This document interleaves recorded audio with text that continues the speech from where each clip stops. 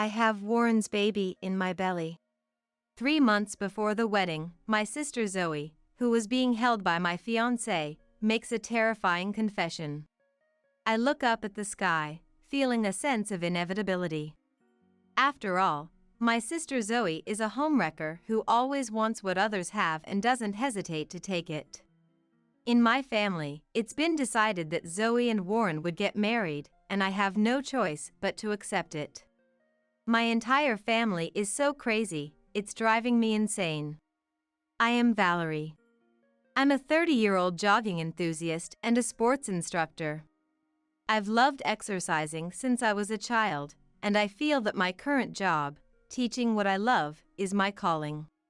Before work or on my days off, I always jog along the levee, so my skin is tanned year-round. I prioritize comfort over fashion, tying my hair in a ponytail and wearing only a ring on my left finger. The ring was given to me by my fiancé Warren when he proposed last month. Warren, who is the same age as me, was a high school classmate, and we reconnected after becoming adults. His parents run a well-known local company, and Warren is their successor. People around me envy that I'm marrying into money, but for an ordinary person like me, it's just pressure.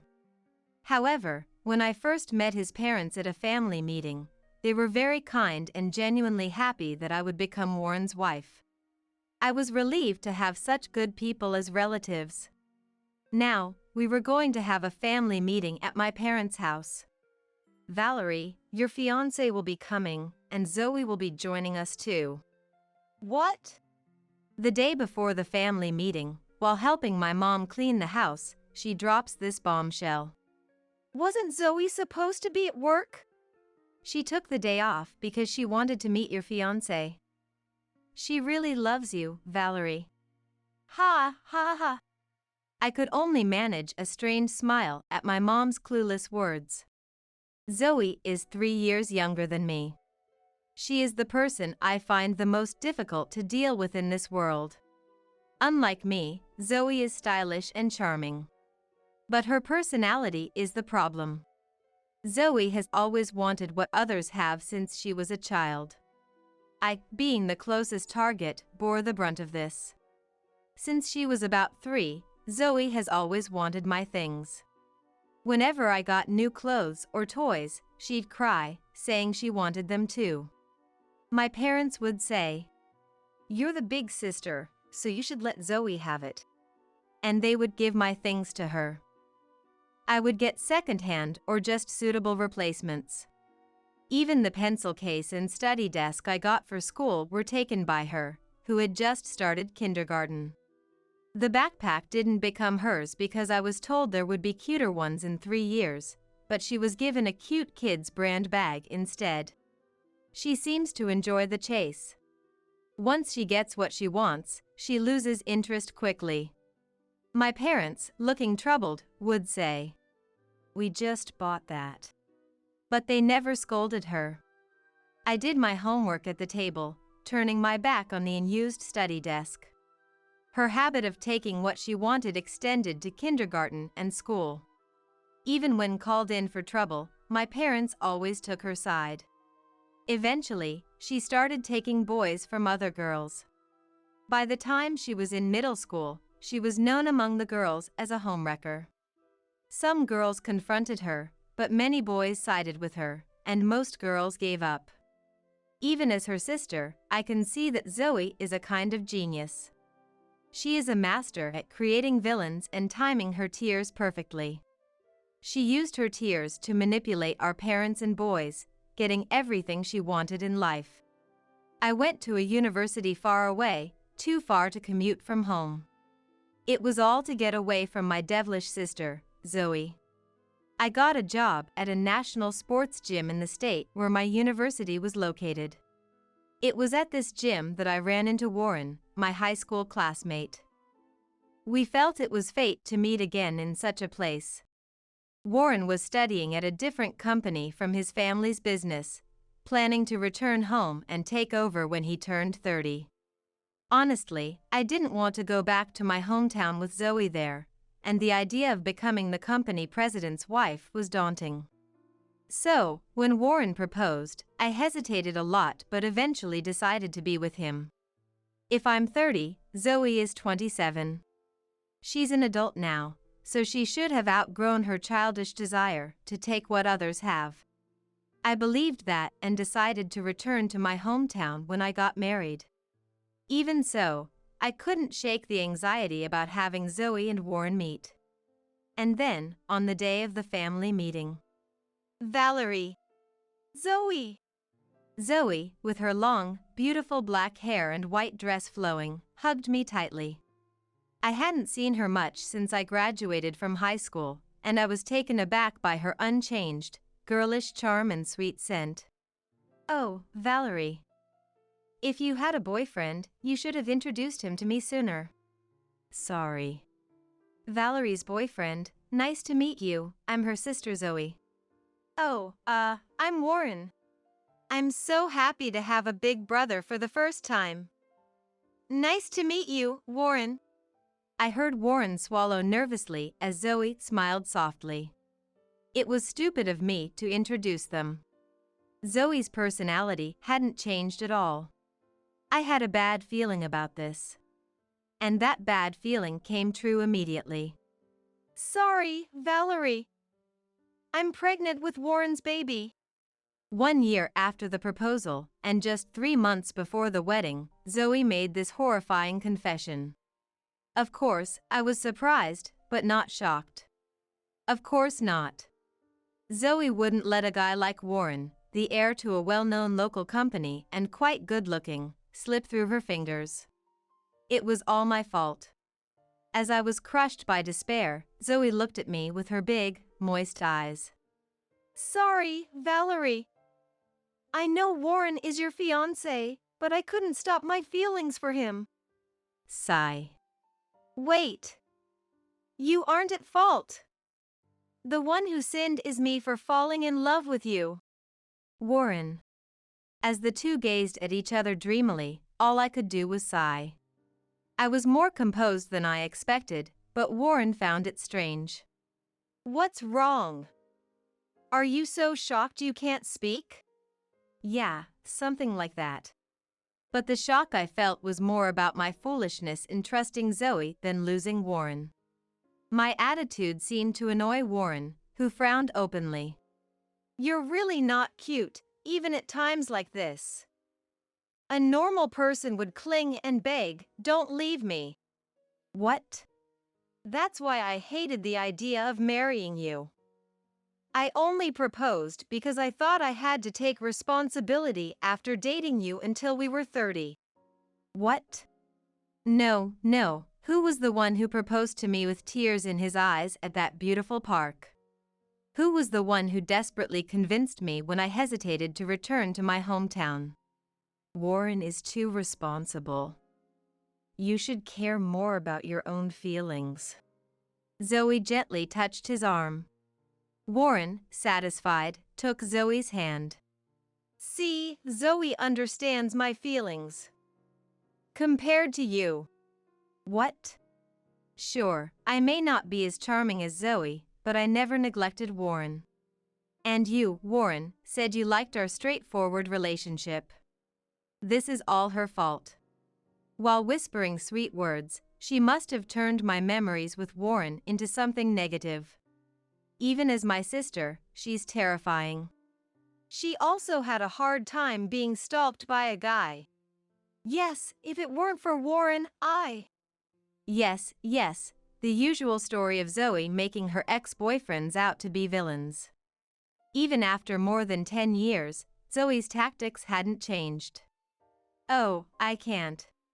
I don't have the charm or strength to win him back now. The two of them left the room together, as if to show off to me. They must have gone to report to my parents. When they heard Zoe was pregnant, they were surprised but quickly accepted my broken engagement and their marriage. In the end, Zoe was more precious to them than I was. It's your fault for not being able to satisfy him, Valerie. Zoe and the baby are pitiful, so let them have him. My parents' words, which seemed to blame me rather than comfort me, made my heart grow cold.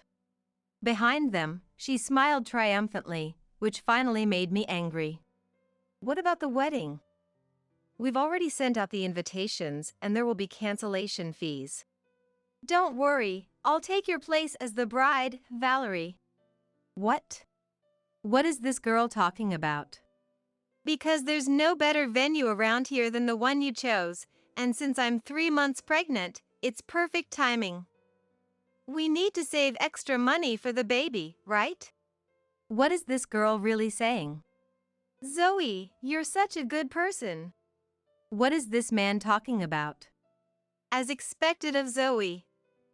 We don't have to resend the invitations to the relatives. It's killing 2 birds with 1 stone. Oh, Valerie, make sure to notify your friends and workplace about the cancellation. We're inviting Zoe's friends instead.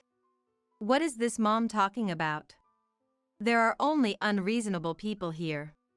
They were already moving forward with Zoe and Warren's wedding, completely ignoring my feelings.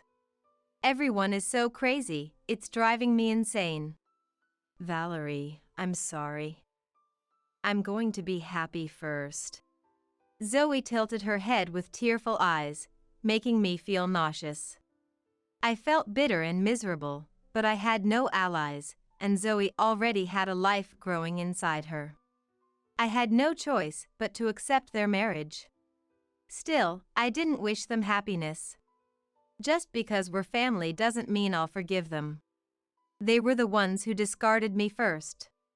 After that, I informed my friends and workplace about the broken engagement as Mom instructed. Everyone was shocked and concerned that the wedding was called off just before it was supposed to happen, but when they heard it was because of Zoe and my ex-fiancé's shotgun marriage, they were appalled.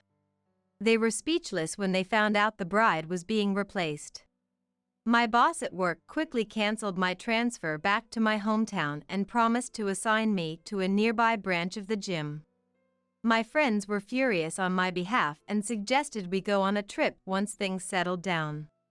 I might not have been blessed with a good family or fiancé, but I was fortunate to have supportive people around me. I took care of informing other important parties about the broken engagement and completed all my necessary tasks. Then, the wedding day arrived. Of course, I wasn't allowed to attend, not that I wanted to anyway.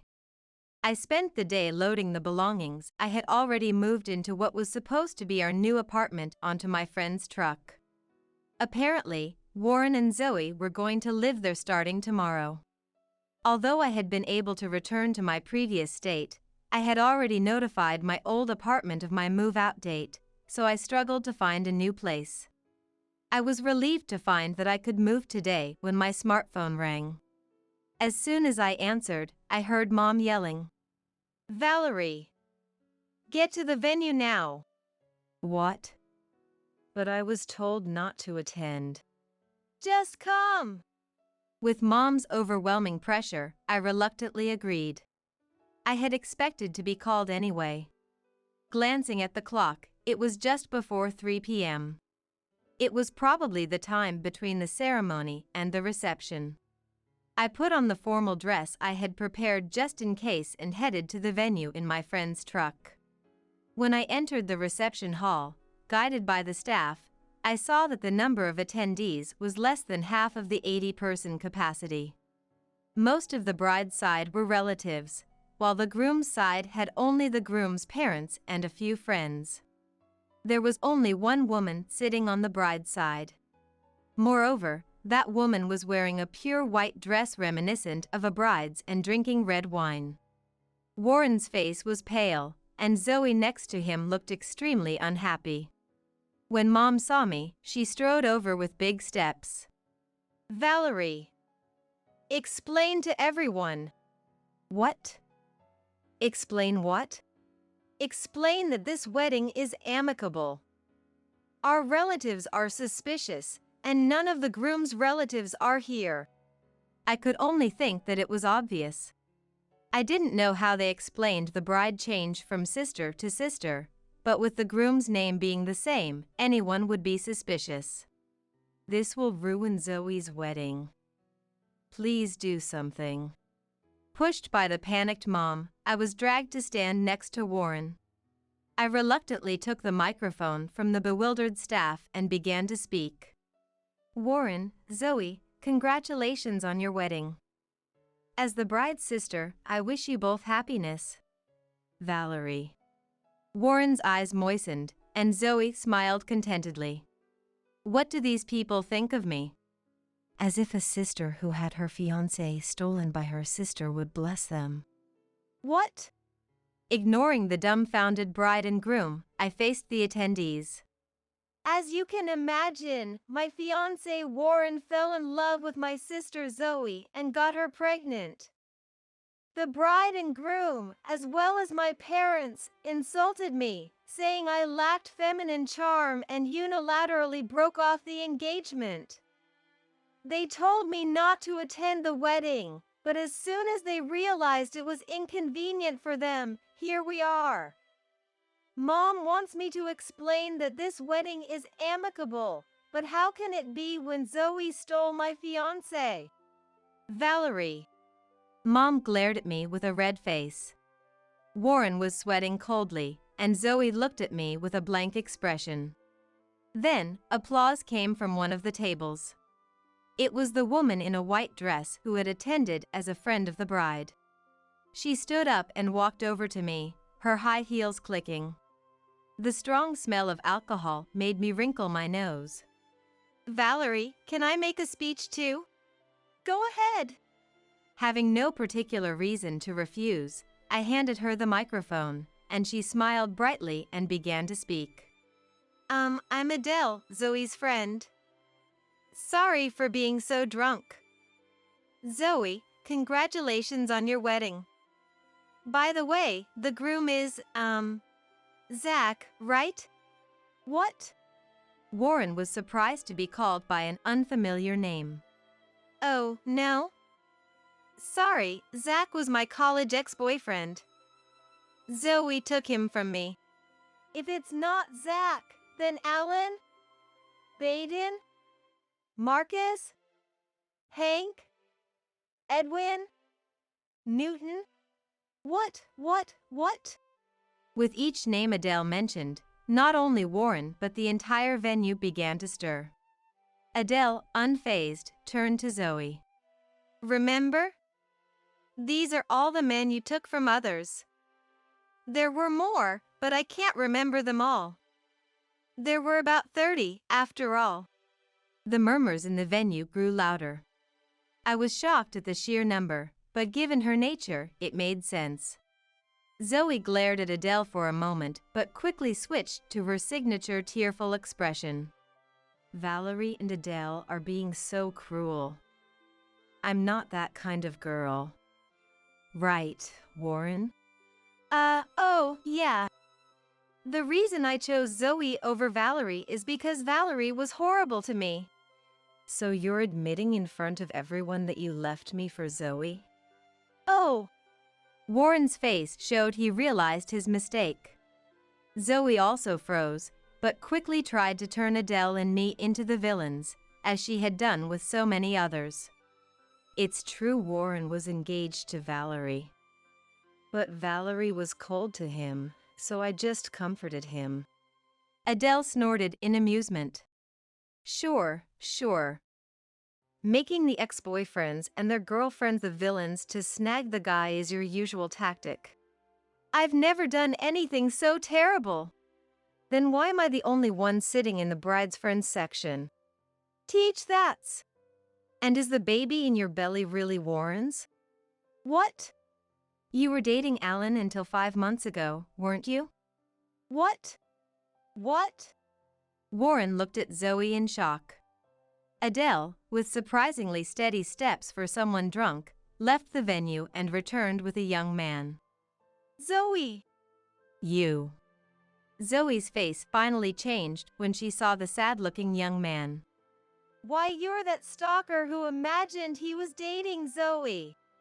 Warren stood up, eyes glaring, but Adele snorted again. Oh, so that's the story.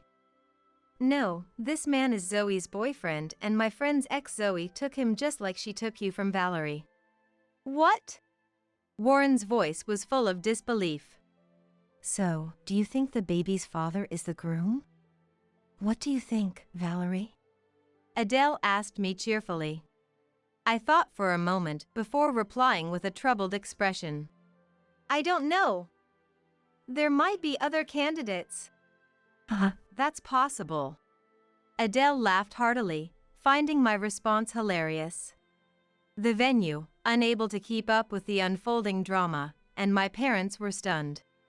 Feeling sorry for the attendees who got dragged into this, I apologized deeply. Ladies and gentlemen, I am deeply sorry for showing you such an ugly scene today. I will now take my leave. Wait, Valerie. Goodbye, Warren. I'll be sending you the bill for the divorce settlement later. What? You can't escape. I've already talked to your parents. What? Warren looked back sharply at the rear seats.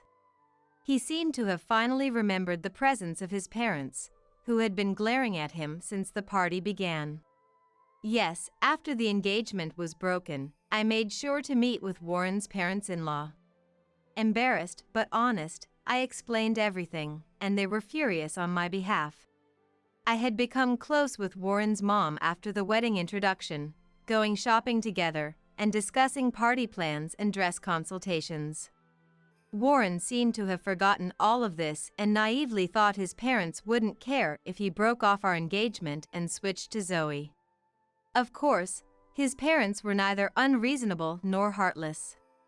Disappointed in their son's behavior, they had already arranged for relatives and business associates not to attend the wedding. Given the disgrace their son showed at the wedding, they were probably relieved not to have invited any family. With the bride's sister and a friend exposing her misdeeds, and an ex-boyfriend who might be the baby's father appearing, the wedding was in chaos. The staff and the MC were huddled in the corner, trying to figure out what to do. Not wanting to cause any more trouble, I left quickly. Adele followed me out. We silently high-fived and then went our separate ways. I got into my friend's truck, which was waiting for me in the parking lot, and headed back to the apartment to load the rest of my things before driving to my new apartment. With my smartphone constantly buzzing, I turned it off. Feeling refreshed, I left my hometown. The wedding, unable to recover, was cancelled. Warren and Alan, one of Zoe's ex-boyfriends, questioned her about the baby's father, but Zoe insisted it was Warren's. Dad, shocked by his sweet daughter's promiscuous life, had a severe blood pressure spike and was hospitalized. Mom, despite being shocked, remained on Zoe's side and cursed me like I was the devil when I came with a lawyer to demand divorce settlement money. Ignoring their mess, I collected the divorce settlement money I was entitled to. I spent the money on a trip with the friends who supported me and saved the rest. I started living a peaceful life in a place where Zoe and my parents couldn't interfere. For me, everything was resolved, but it seemed it wasn't the case for them. A year after the wedding debacle, Warren showed up at my workplace as I was about to leave. I hadn't told him where I worked, but he must have found me through the company's instructor profile. We were all deceived. As soon as he saw me, Warren shouted, The child that woman had wasn't mine. She's a witch who tore us apart. I had already heard from Mom's one-sided phone call, but it seemed the baby's father was Alan, not Warren. Well, that must have been tough. My words made Warren's eyes fill with tears. Valerie, it was you who truly loved me all along. I'll leave that devil. Let's start over here from scratch. We can overcome any hardship together. Warren. Warren gently took my hand. I slapped his hand away forcefully. Are you crazy? What? There is no way I would get back together with you. Why not? I was just deceived by that woman. Don't act like a victim. Even if Zoe deceived you, it doesn't erase the fact that you hurt me. But, and you're the only one facing difficulties. I heard your brother took over the heir position. Ugh. The truth was, in the chaos of the wedding, Warren's parents labeled him as a failure and removed him from the line of succession. Their decision that a man who is unfaithful to his future wife cannot run a business faithfully was completely sound. He had quit his job to become the heir, and now he was unemployed. Rejected by his former workplace, he was in the middle of a job search. Unlike you, I'm not struggling with anything. There's no benefit in getting back together with you, and I don't have a shred of affection left. Benefit. That's why you got dumped, because you're so calculating. Sure, and clinging to the woman you dumped isn't calculating? Gore. Unable to counter my argument, Warren turned red and groaned. At that moment, my coworkers noticed our argument and gathered around. Oh, is this the guy? The one who got tricked by that man-eater Zoe and ended up jobless? Yeah, that's him. What do you want with Valerie now? Don't you have any pride? If you mess with Valerie, these muscles won't stay silent. Surrounded by muscular, towering men, Warren screamed and fled. He showed up at work a few more times, but thanks to my coworker's solid guard, he seemed to give up. 3 years later, just when I thought I was done with relationships, I met a man who was incredibly compatible with me, and we got married. He liked jogging too, and we met while jogging in the park early in the morning. After we started dating, I learned he ran a company. Warren's betrayal had left me traumatized, and I hesitated. Around that time, Zoe's divorce from Warren was finally finalized, and she showed up in front of me. Of course, I no longer considered her my sister. There was no way I would let this homewrecker near my precious partner. But somehow, she found out and appeared when we were out shopping and having tea. Hey! Valerie, long time no see. In her usual manner. And naturally, she showed immense interest in my partner and aggressively flirted with him. Oh, am I never going to be free from this monster? But this time, it was different. He brushed off Zoe's hands that were all over him. And he said, "That's disgusting. You really do want any man who belongs to someone else, don't you? I've never seen someone like that. I can't believe you seduced men with such vulgar behavior. Just looking at you makes me sick." Feeling reassured by his confident demeanor, I decided to marry him.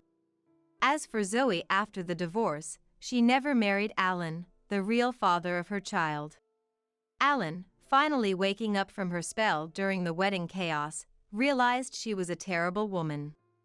After being harshly rejected by my partner and having her pride as a woman shattered, Zoe went on to pursue other men and had affairs with several married men.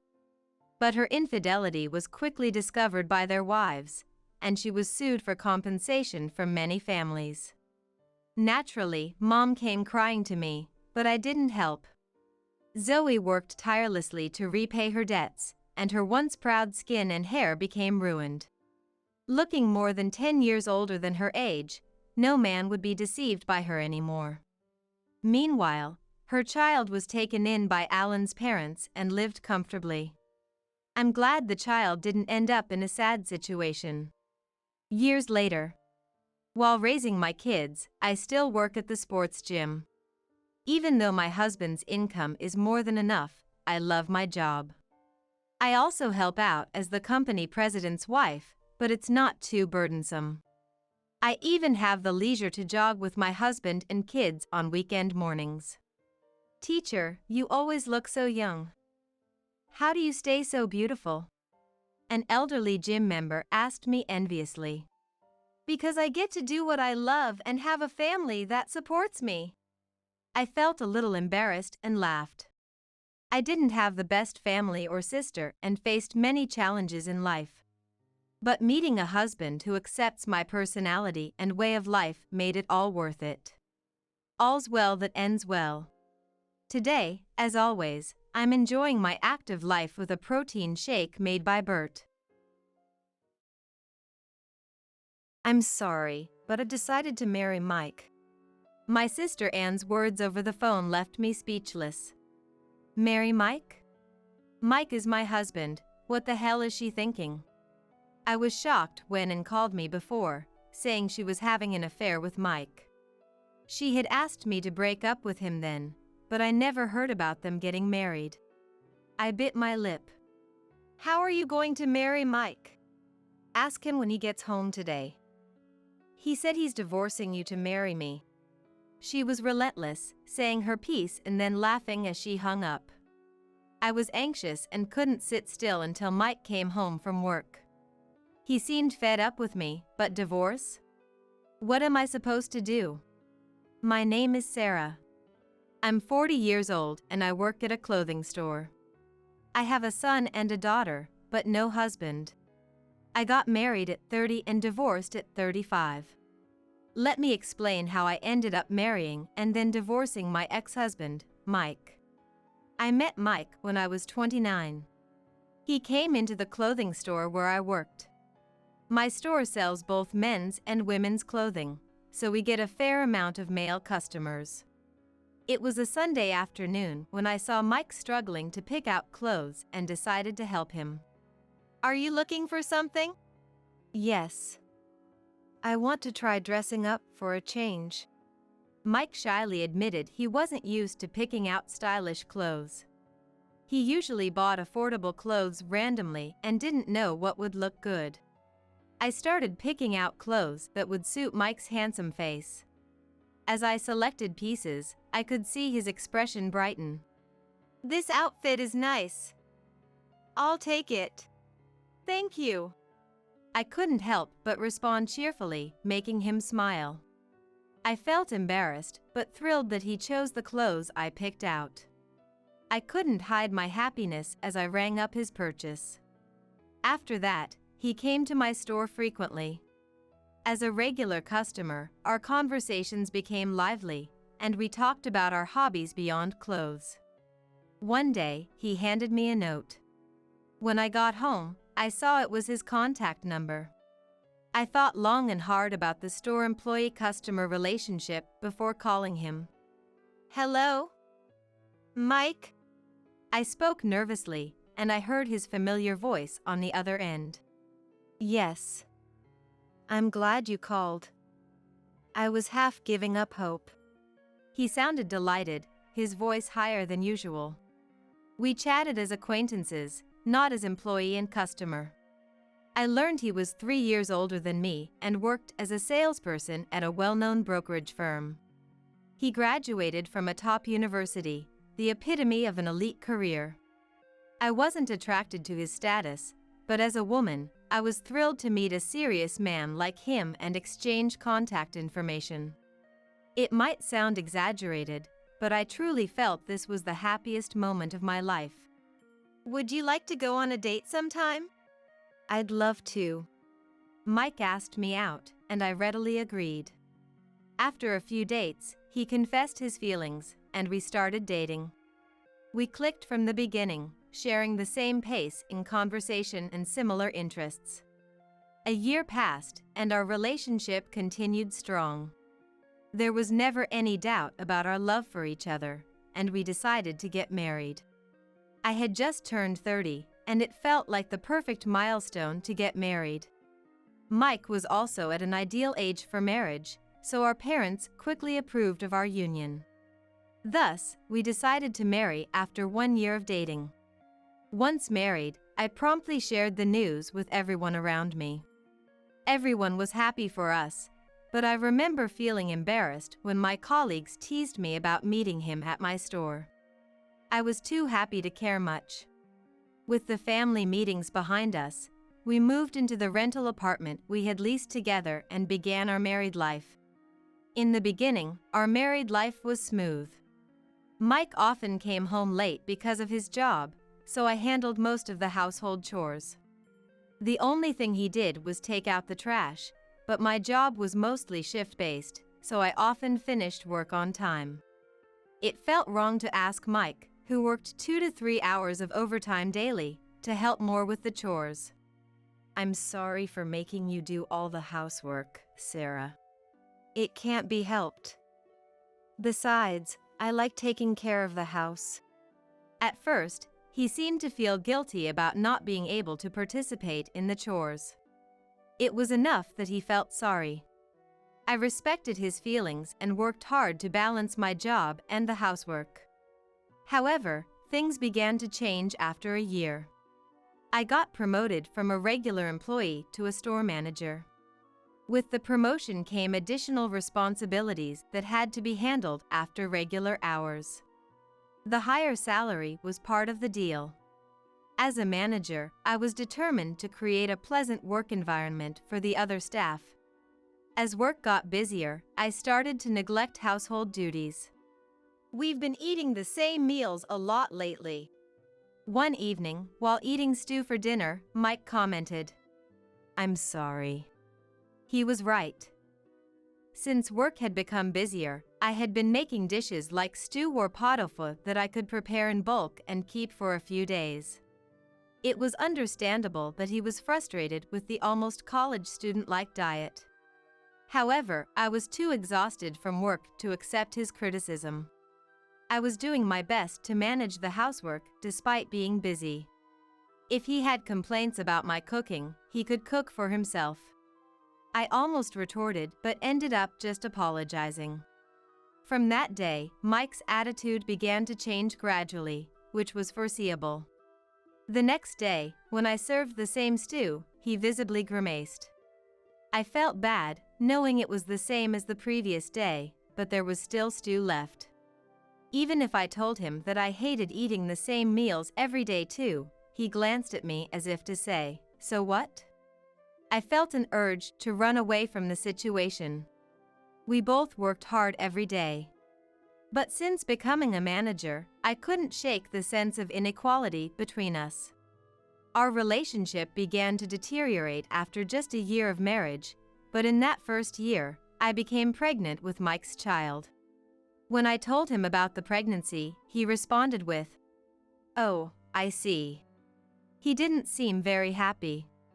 Though I was puzzled, I convinced myself he just hadn't yet felt the reality of becoming a father. About 8 months later, I gave birth to a healthy baby boy. We named our son Sam. I took time off work to focus on caring for Sam and managing the house. Before taking maternity leave, I had assumed that work was more challenging than childcare, but reality proved otherwise. Every night was spent waking up every 1 or 2 hours for feedings. I struggled with diaper changes and preparing formula.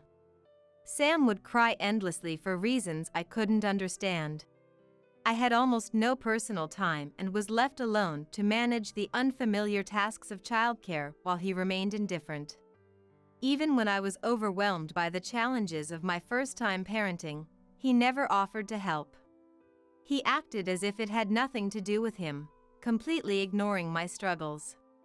When he came home from work, he exaggerated his fatigue and quickly retreated to the bedroom. Even if he couldn't participate in the childcare, I wished he would at least acknowledge my efforts. I wondered if I was being selfish for feeling this way. However, he was responsible with finances, contributing to our child's future by getting a college savings plan and covering medical checkup expenses. When I wanted to go to the salon, he even hired a helper to give me some free time.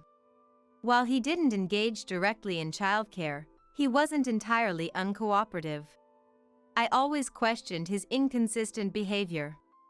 2 years into my lonely journey of childcare, I gave birth to our second child, a baby girl named Karen. This time around, I managed the challenges more calmly than with my first child. However, taking care of 2 young children alone still required immense patience, especially since our eldest was only 2 years old. By this time, our conversations had dwindled. Mike started working even longer hours, often coming home after I was already asleep. Our lives were completely out of sync. I couldn't help but feel lonely, despite accepting it as the way things were. Yet, I was still happy back then, unaware of what he was really doing after work. Our son, Sam, turned 4, and Karen was now 2. I had returned to work when I was 35, putting both children in a daycare center. Though I was no longer a manager, I accepted my role as a regular employee, as managing a store while raising 2 small children seemed impossible. Therefore, I tried to think that I was fully satisfied with my position as an ordinary employee at work. Then, everything changed that summer. One evening, after picking up the kids from daycare and starting dinner, my rarely used smartphone rang. Seeing Anne's name on the screen surprised me.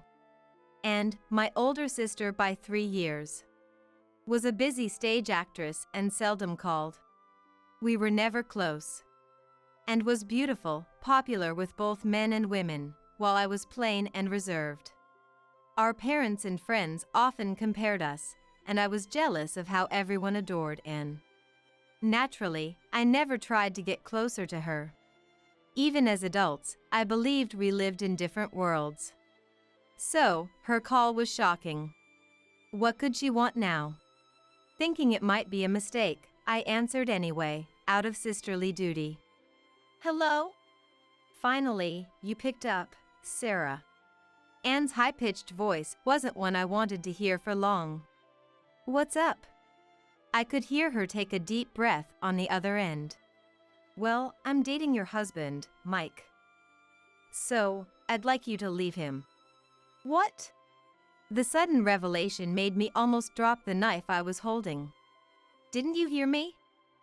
I said, leave him. What do you mean? And casually admitted to the affair and asked me to leave my husband. I was too shocked to respond, frozen in place. Fortunately, the kids were asleep after returning from daycare, sparing them from seeing my distressed face. It's exactly what it sounds like.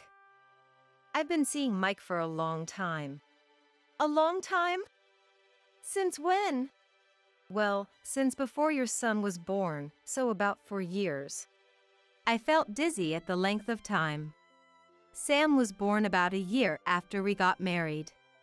How could Mike, who used to be so serious, have started an affair with and at such a time? Mike said he started noticing me during the family meeting. At first, he tried to ignore it because I was his fiance's sister. But then we ran into each other in town. I asked him if he wanted to grab a coffee, and he immediately agreed. After that, it was really easy. He fell for my charms. We went on a few dates after work and then started seeing each other. I felt nauseous hearing Anne's truth.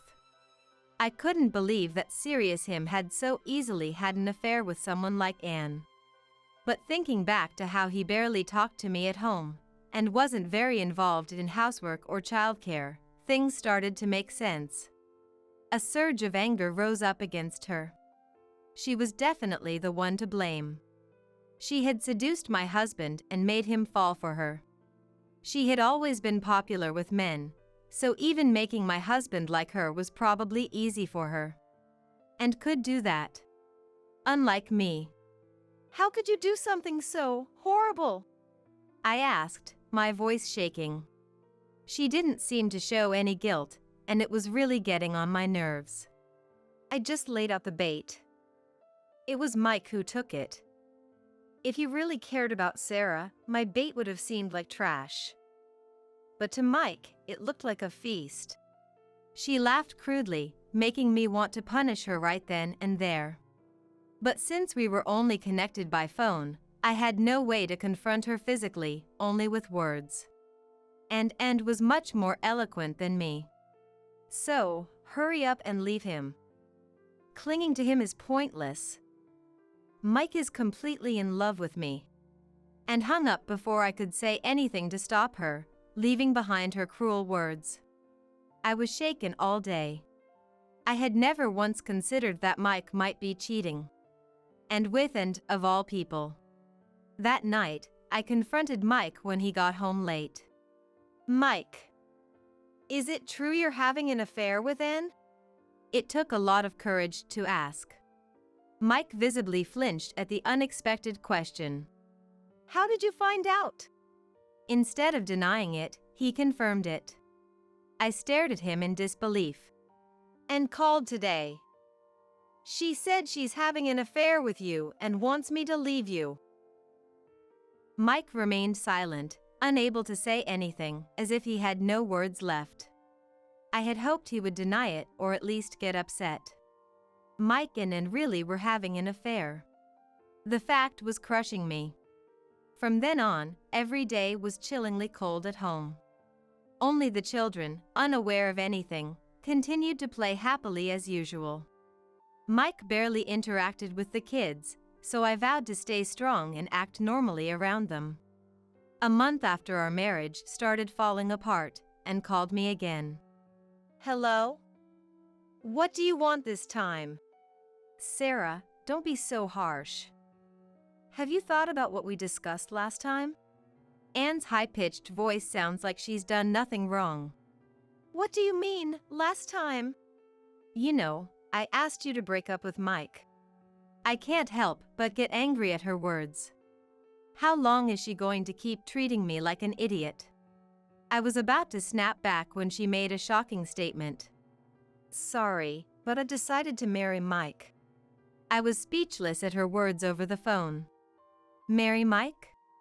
Mike is my husband. What the hell is she thinking? I was surprised when Anne called me before, saying she was having an affair with Mike. She had asked me to break up with him then too, but I hadn't heard anything about them getting married. I bit my lip. How could you marry him? Ask him when he gets home today. He said he wants to divorce you and marry me. Anne said this firmly, then laughed and hung up the phone. I was anxious and couldn't stay calm until Mike came home from work.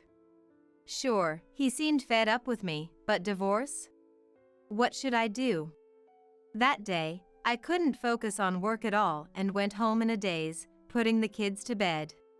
When Mike got home around midnight, I asked him what Anne had said.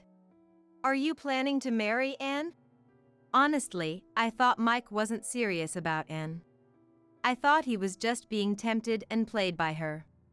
But Mike, yes, nodded awkwardly. What? I felt the blood drain from my face. He really wants to marry her? I stared at him in disbelief. I was going to tell you today. Sarah, please, let's divorce. I want to marry Anne. With that, Mike took a divorce application form out of his work bag. His section was already filled out. Looking at the form, I felt like crying. Mike was never a man of many words. He hardly ever helped with housework or childcare. Even so, I thought he was working hard for our family. Mike's determination seemed unshakable. His expression indicated that he wouldn't be moved by anything I said. You're the worst. I couldn't help but feel my trust in Mike shatter as I reluctantly accepted the divorce papers. For a moment, Mike looked relieved. I wanted to lash out at him right then, but I held back for the sake of the children, who might wake up. And so, our 5-year marriage came to an end. The only thing I worried about after divorcing Mike was our children. I absolutely did not want to be separated from them. I insisted on this point. In the end, I was granted custody of the children, which brought me some relief. It was also agreed that Mike would send child support every month. Of course, I received a substantial compensation from both Mike and Anne. Despite this, the two of them remained unperturbed and went on to remarry. I had no idea where to direct my frustration. After that, life became really tough.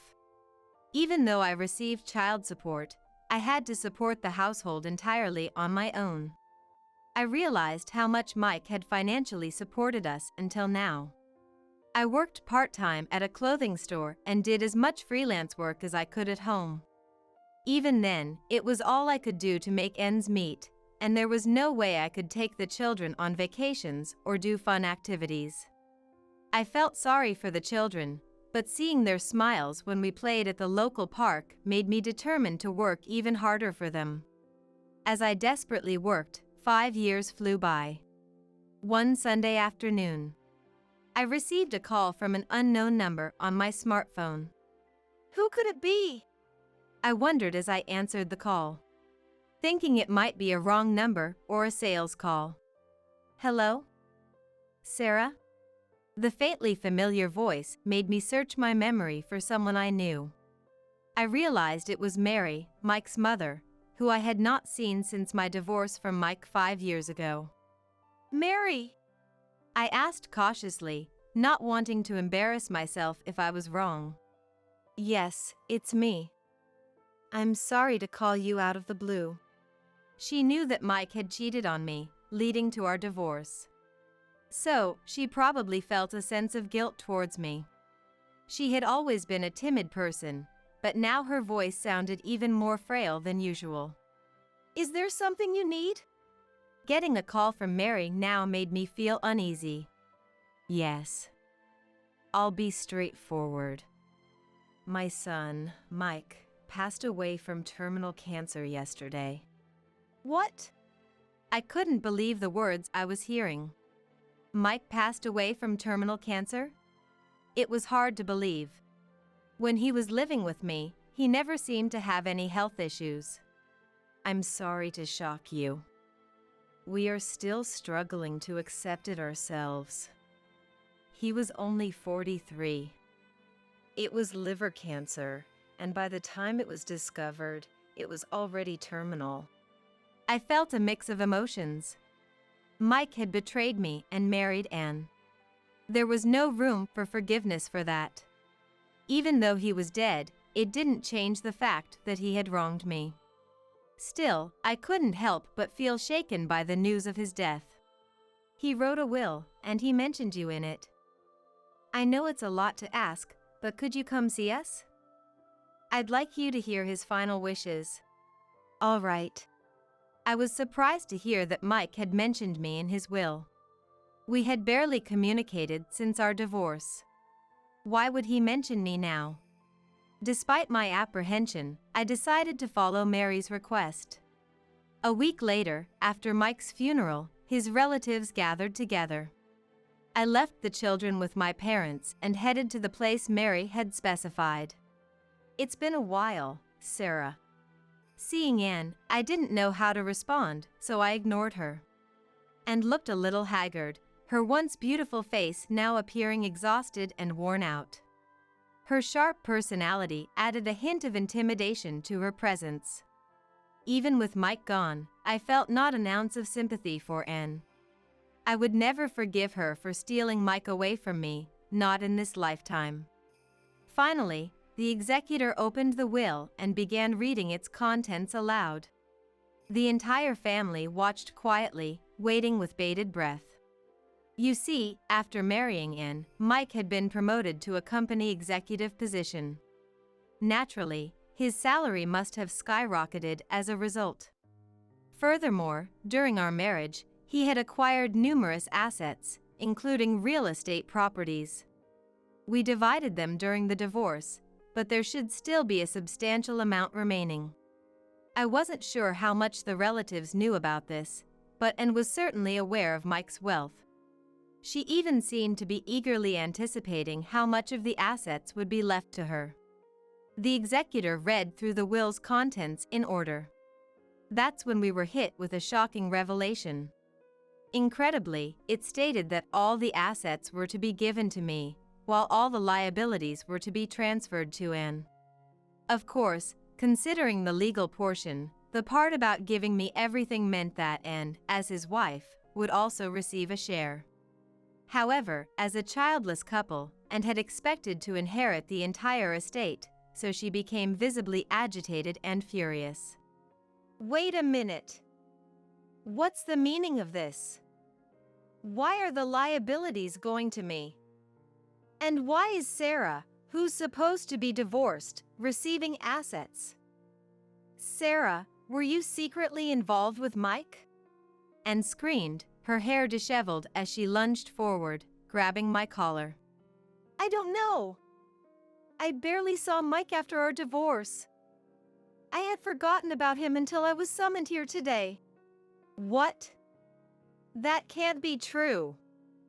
Then why are you being favored in the will? Honestly, I was just as perplexed. Why on earth would Mike leave me, a non-heir? A portion of his estate in his will? I was utterly confused by this unexpected turn of events. At that moment, Mary stepped forward, holding an envelope in her hand.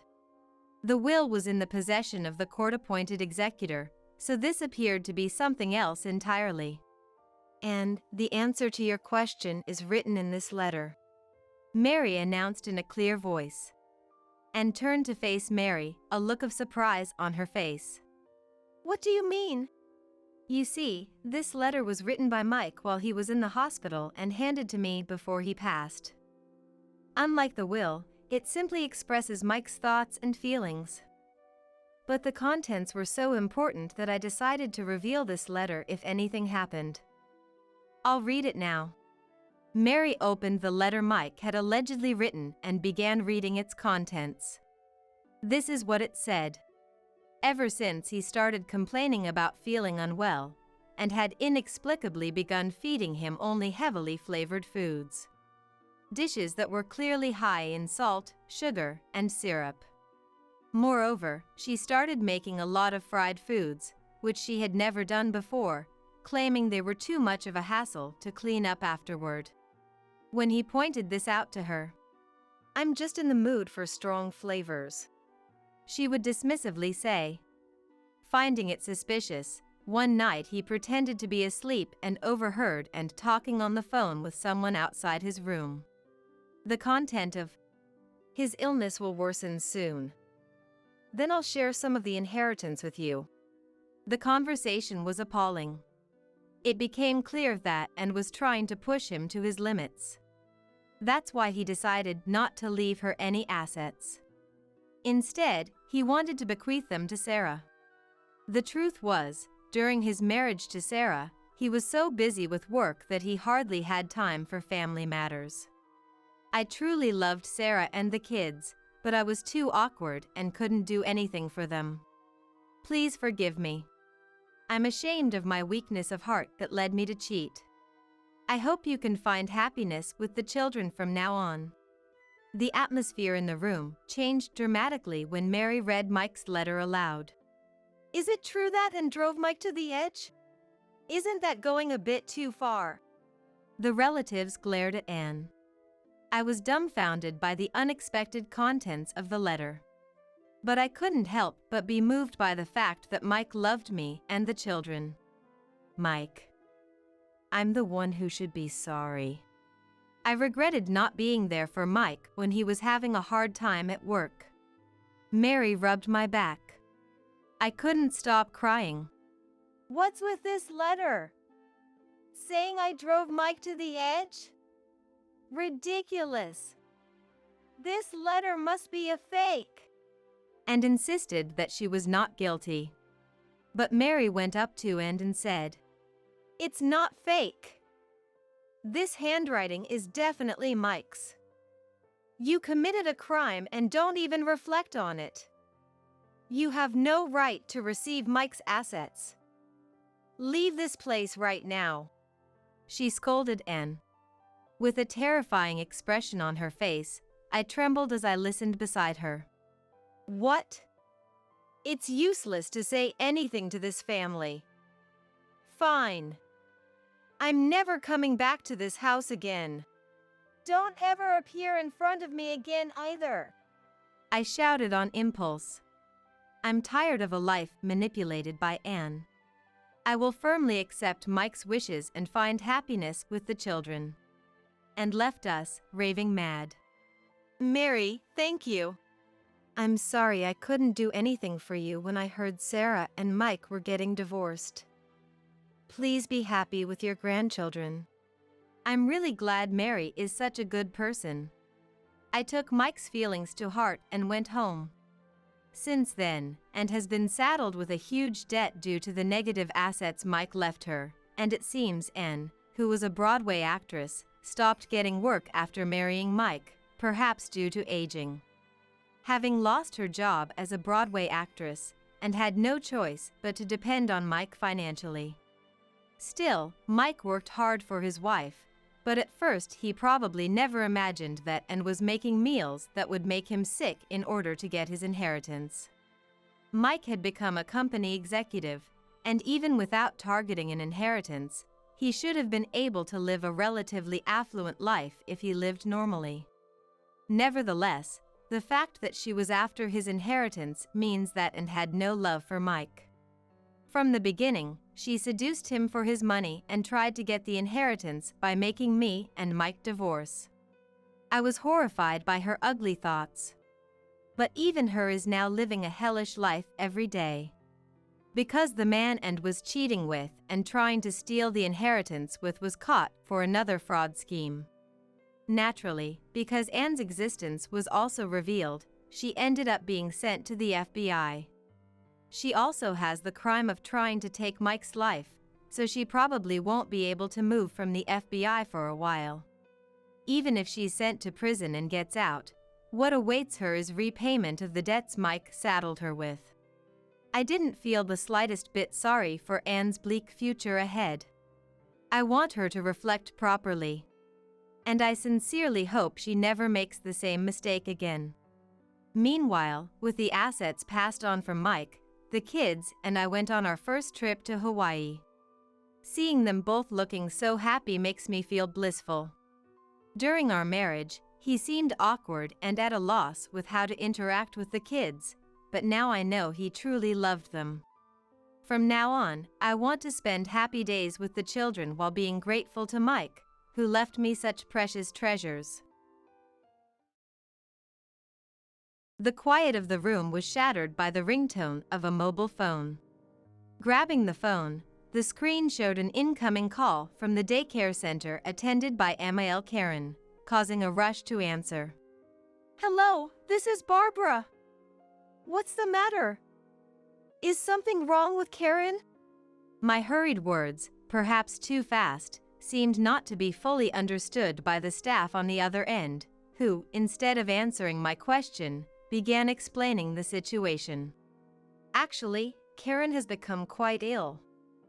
She's running a high fever, so we wanted to inform you. We can only provide first aid here. A fever, got it. I'll be there right away. I immediately left the house and drove to the hospital. Luckily, by the time we arrived at the hospital, it seemed that the foreign medication had helped, and Karen's condition had stabilized.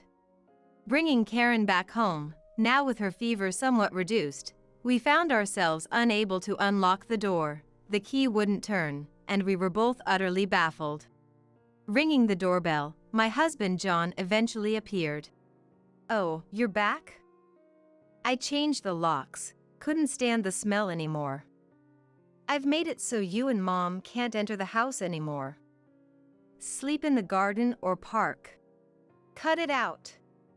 Karen's running a fever. I need to get her to bed, so open up. John continued to mutter like a scolded child. My anger reaching its breaking point, I pulled out my mobile phone and called someone right then and there. That's enough. Just remember, I won't be there when you regret this. Huh? Save your sleep talk for bed. I'll never regret it. John, with a sneer as if mocking Karen's fever and my desperation, spat those words and slammed the front door shut, locking it with force. "Barbara, could you grab that sauce for me?" "Sure, Karen. Sorry to always have you help with cooking." "It's okay. This is about all I can help with anyway." At 30, after breaking up with my then boyfriend, I spent months unable to forget him, dragging the weight of our past in my heart, thinking perhaps a new encounter in a pub might help me move on.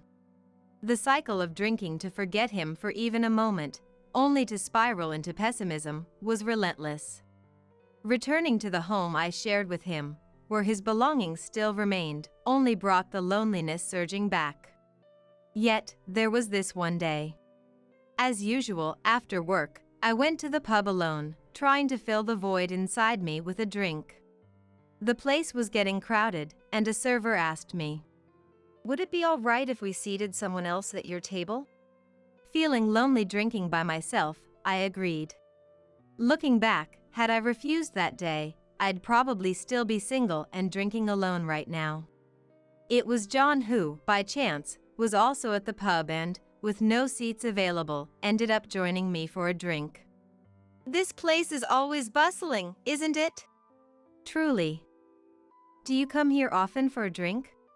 "No, actually, it's my first time. I saw you from outside, and when I entered, they happened to seat me at your table by chance." Even as I wondered if such dramatic encounters were even possible, I found myself enjoying drinks and conversation with John. As we shared our hobbies and work grievances, we clicked and exchanged contact information, heading to another pub together. The conversation never dwindled at the next pub, and as we drank, I thought how nice it would be to have someone like him by my side. Naturally, the talk shifted towards relationships. When I mentioned I had broken up with my boyfriend about 6 months ago, John shared that he too had ended a relationship about a year ago and was feeling the loneliness. Finding we had not only hobbies and job frustrations in common, but even our romantic pasts, I felt a sense of fate in meeting John. Under the dim lights, I took a leap and confessed to John, who I had just met that day. John looked surprised at first, but then looked straight into my eyes and accepted my confession. That was the beginning of what led to our marriage. We started living together at John's place with the intention to marry and got married 3 months later. Now, it's John, Emil, Karen, and I living as a family of 3. Karen, not very good at cooking, has been teaching me, and I've gotten quite better at it, enough to cook together. But even those happy days of cooking with Karen abruptly ended one day with a loud crash. It happened when I was out of the house for about 2 hours, due to a sudden request from a friend. Karen had offered to go grocery shopping for dinner in my stead. Though she was older and had been dealing with back issues, she had been advised by her doctor that moving around for daily chores was actually better, so I thoughtlessly asked her to do the shopping. In the evening, as I finished my errands, I received a call from Karen's doctor, informing me that she had missed a step on the stairs and injured herself. I also informed John, but he was too busy with work and couldn't make it within visiting hours, so I went to the hospital alone. Arriving at the hospital, I saw Karen lying in bed. The nurse told me that she had slipped on the supermarket stairs, fallen, and sustained a hairline fracture in her lumbar spine, and was currently under anesthesia to manage the pain. "Karen, are you all right?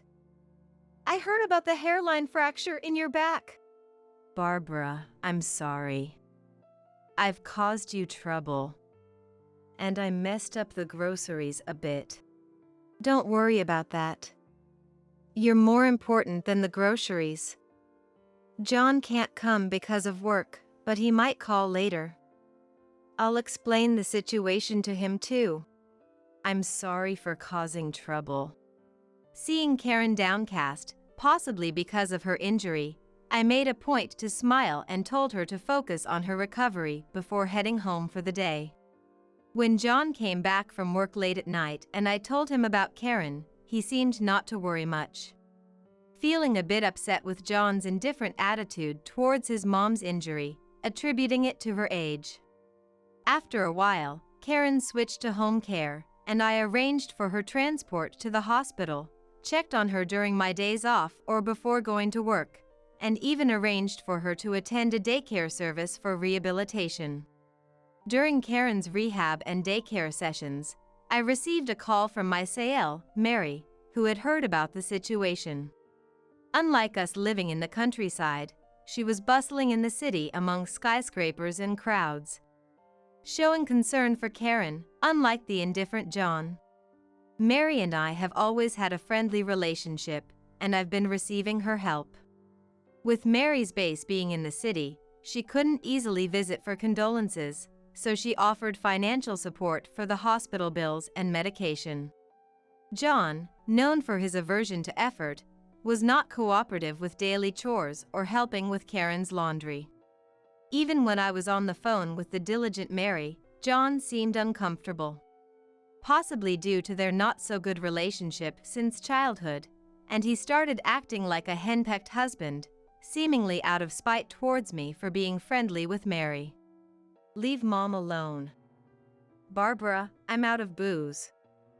Bring me the beer from the fridge, will you?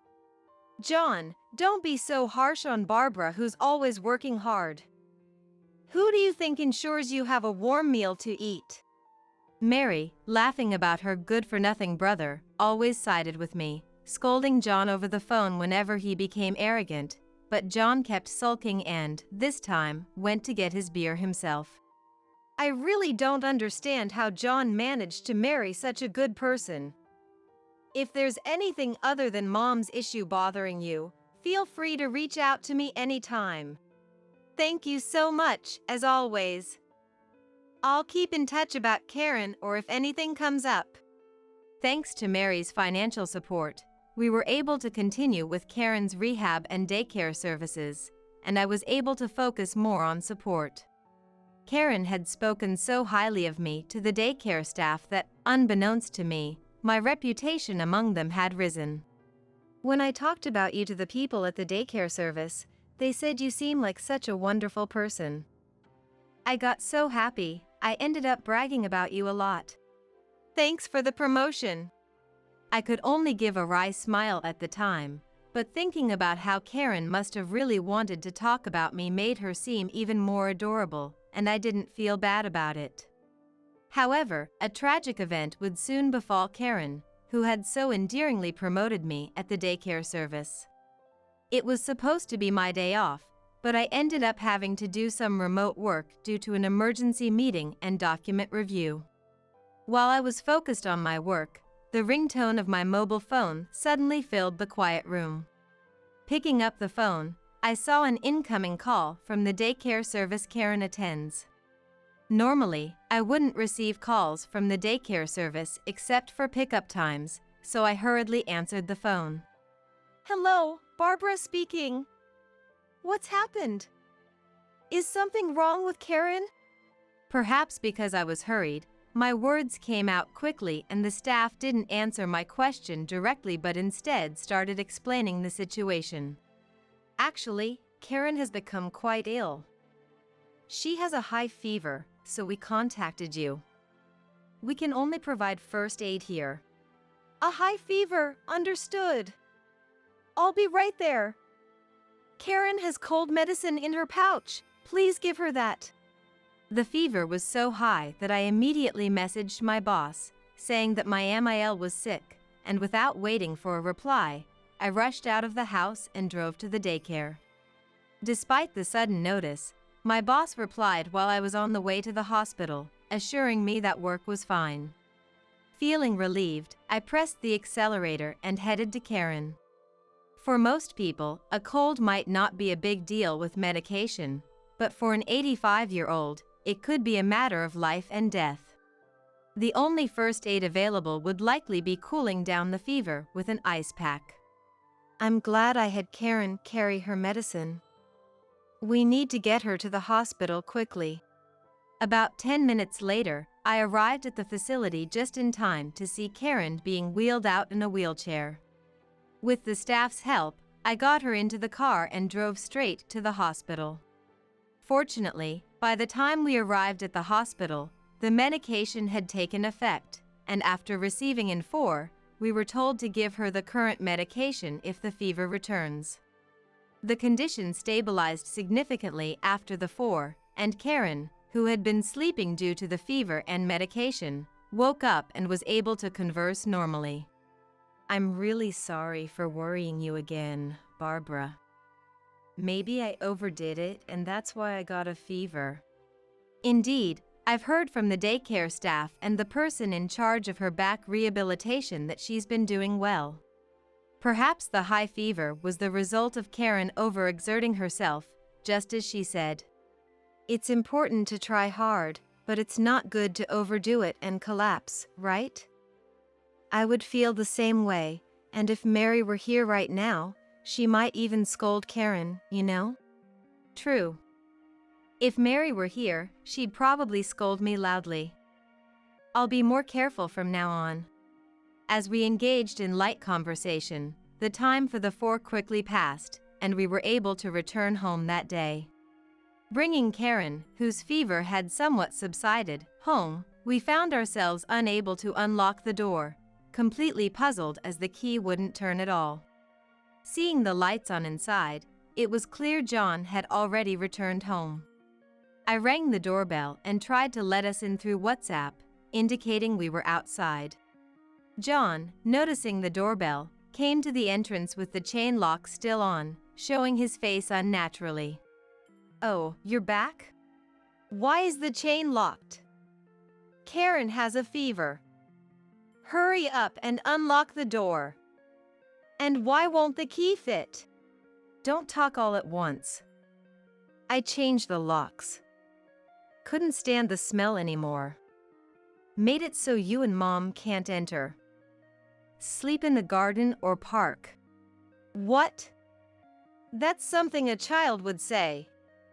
Cut it out. Karen has a fever. I want to get her to bed, so open up. John, please open it. Noisy, I'm fed up with being disregarded by Mom, who never acknowledges how hard I try, always siding with Barbara and Mary. Frustrated with John's endless childlike ranting, I took out my mobile phone and contacted someone. It was a gamble whether they would answer so late, but the call was promptly picked up. I quietly explained the situation to avoid John hearing and ended the call after getting an agreement. No matter who you call, my mind won't change. Barbara and Mom sleep outside, all right? That's fine. Just remember, I won't be there when you regret this. Huh? Save your sleep talk for bed. I'll never regret it. John, with a sneer as if mocking Karen's fever and my urgency, closed the door forcefully and locked it. Why has John become like this? I'm really sorry, Barbara. It's all right, Karen. I can handle it. Initially, I thought about spitefully sleeping in the garden. I wouldn't mind doing so alone, but with Karen having a fever, it was not an option. Sleeping in the car was a possibility, but prioritizing Karen's health, we returned to the hospital, where Karen could stay overnight as an inpatient. After dropping Karen off at the hospital, I decided to spend the night at an internet cafe located about 5 minutes away by car. The next day, feeling utterly unrest and even more exhausted due to the unfamiliar environment, I went to pick up Karen. Considering our precarious lodging situation, I remembered Mary's offer to consult her anytime and immediately contacted her. He must be fed up with us and trying to drive us out of the house. Unable to win by argument, he resorted to drastic measures. It must be his intention to drive out Mom, changing the locks and all. By the way, where did you sleep? I managed to have Karen stay at the hospital for the night, and I stayed at a nearby internet cafe. But since we can't return home, I was wondering what to do next. Discussing the difficulty of recuperating in unfamiliar environments with a sick Karen, Mary astonishingly offered to help by introducing us to a hotel run by her acquaintance. I'll take care of the costs, just stay there for now. I'll finish up my work as quickly as I can and come over. With that, Mary, citing work commitments, ended the call and sent the hotel's location. For a moment, I wondered if it was okay to rely on Mary to this extent, but considering Karen's situation, there was no room for hesitation. I decided to pick up Karen and head to the hotel. Karen's condition had improved since spending a night at the hospital, though she still had a slight fever and was advised to continue taking her medication and rest. She likely never imagined she would experience such a high fever at over 80 years old. Despite appearing cheerful, I knew we were pushing her limits. Barbara, were you okay last night? Where did you sleep? It's fine. I stayed at a nearby internet cafe. More importantly, Mary has arranged for us to stay at a hotel run by her acquaintance, so we're sorted for accommodation now. Knowing that Mary had arranged for a hotel stay seemed to reassure Karen a bit, and we got into the car headed for the hotel. Luckily, the hotel was only about 15 minutes' drive from the hospital. Mentioning Mary at the reception, it seemed they were already informed, and we were promptly shown to our room. The room we were given was surprisingly the most luxurious one, so grand that we wouldn't have easily afforded it even as regular tourists. While grateful, I couldn't help feeling somewhat guilty for the extravagance. Exploring the opulent interior in awe, a woman came into the room. It turned out she was the owner, a longtime friend of Mary's since high school, and they had even once competed for the same man, she shared with a sense of fun that suggested a deep friendship. After explaining to Karen that we had been driven out of our home by John and to rest after the stress of moving, I decided to try contacting John again. Hoping that his actions might have been impulsive due to being drunk, I dialed his number, harboring a faint hope for an apology. However, the mobile phone was off and unreachable. Resigning to wait for Mary's arrival, I focused once more on caring for Karen. 3 days later, in the afternoon, the owner came to inform us of Mary's arrival. Karen, Mom, sorry for being late. After a brief chat with the owner at the hotel entrance, Mary came to our room and brought us snacks. While enjoying coffee, I explained in detail what had happened. Locked out, we have no idea what John is doing inside the house or the current state of the home. Didn't we install a fall prevention rail or a camera by Karen's bed for emergencies?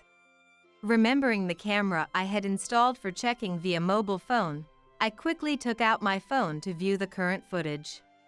The camera successfully displayed the room's image, allowing us to see inside the closed-off house.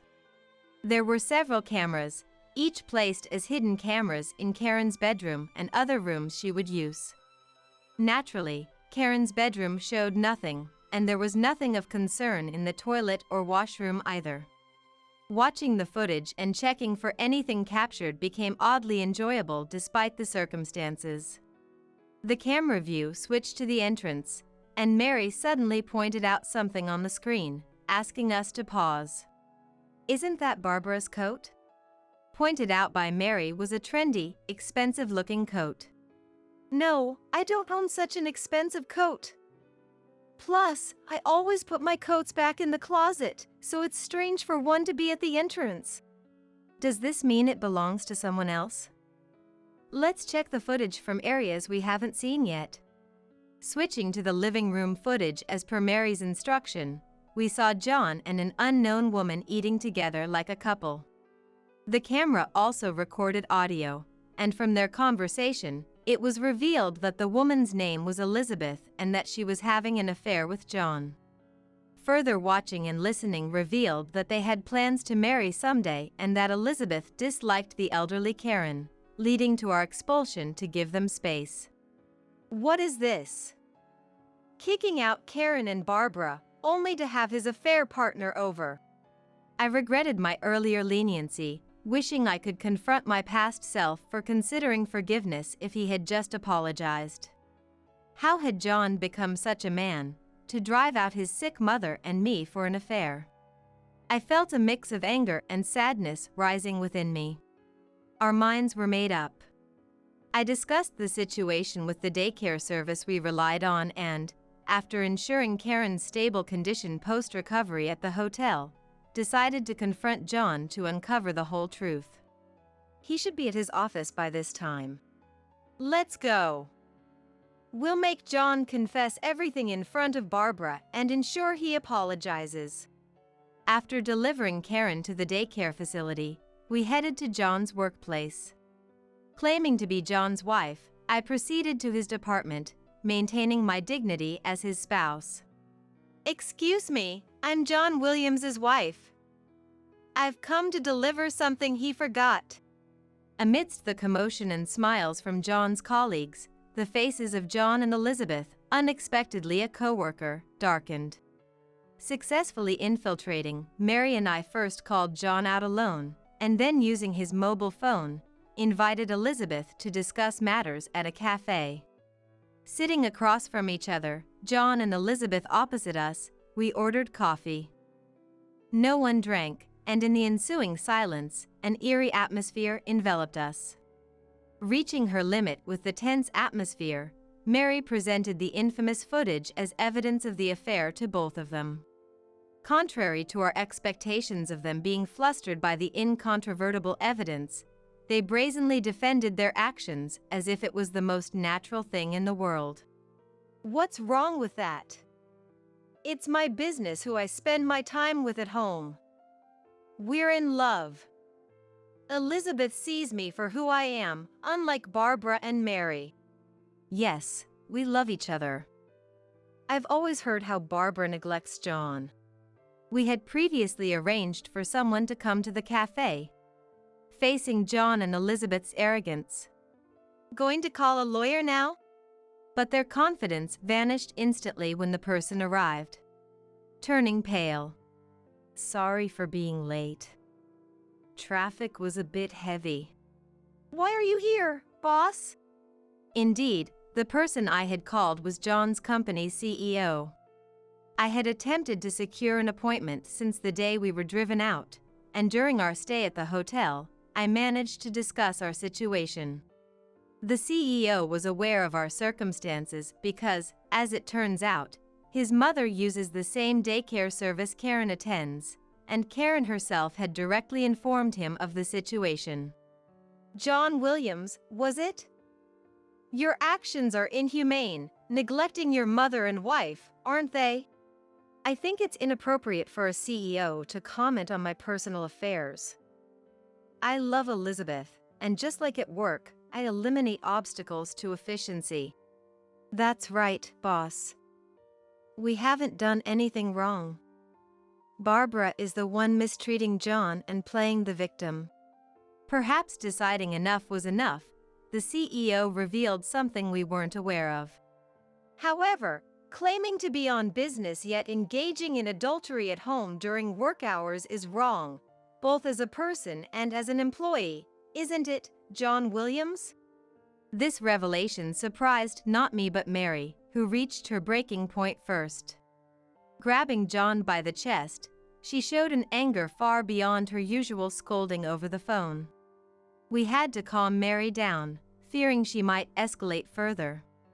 It's understandable why Mary was so furious. Being career-oriented, her work always came first, and it was her dedication that allowed us to stay at the hotel. Learning that John had committed adultery during work hours and driven his family out for it understandably enraged her. That's the situation.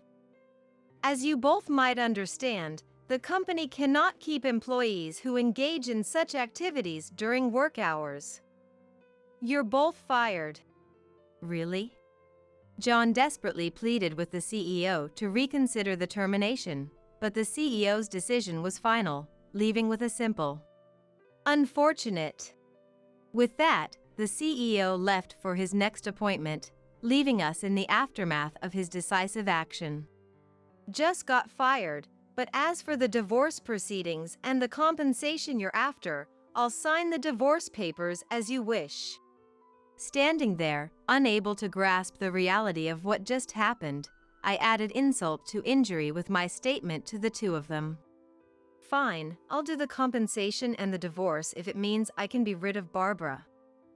I'll have nothing to do with Mary or Mom from now on. Now we can finally build a happy home together.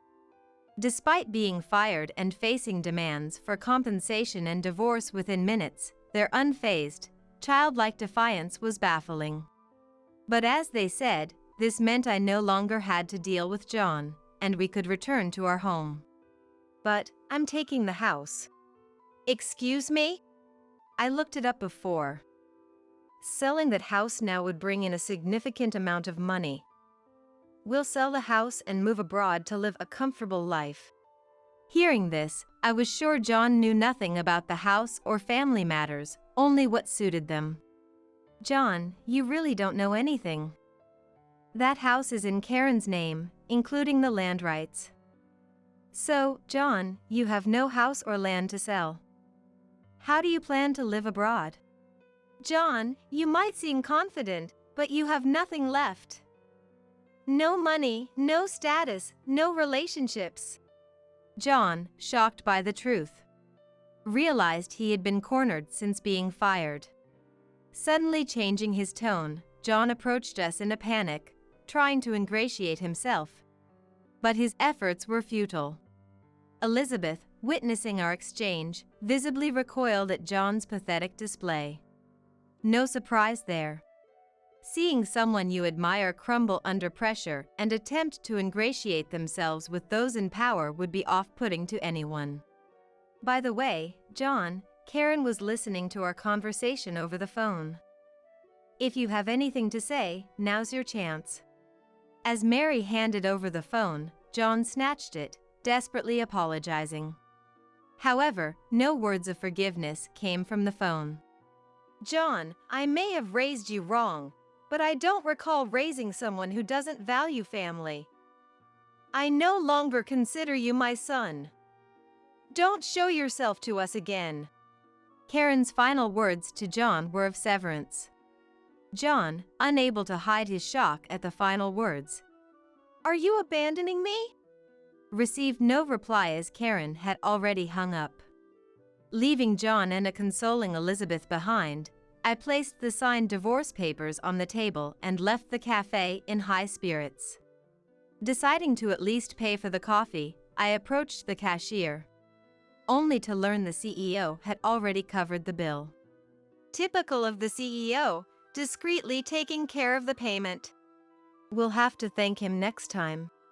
Later, we had a locksmith open and then change the locks to prevent John's entry, eventually selling the house. The proceeds were planned for Karen's care, not at a daycare service but a proper care facility.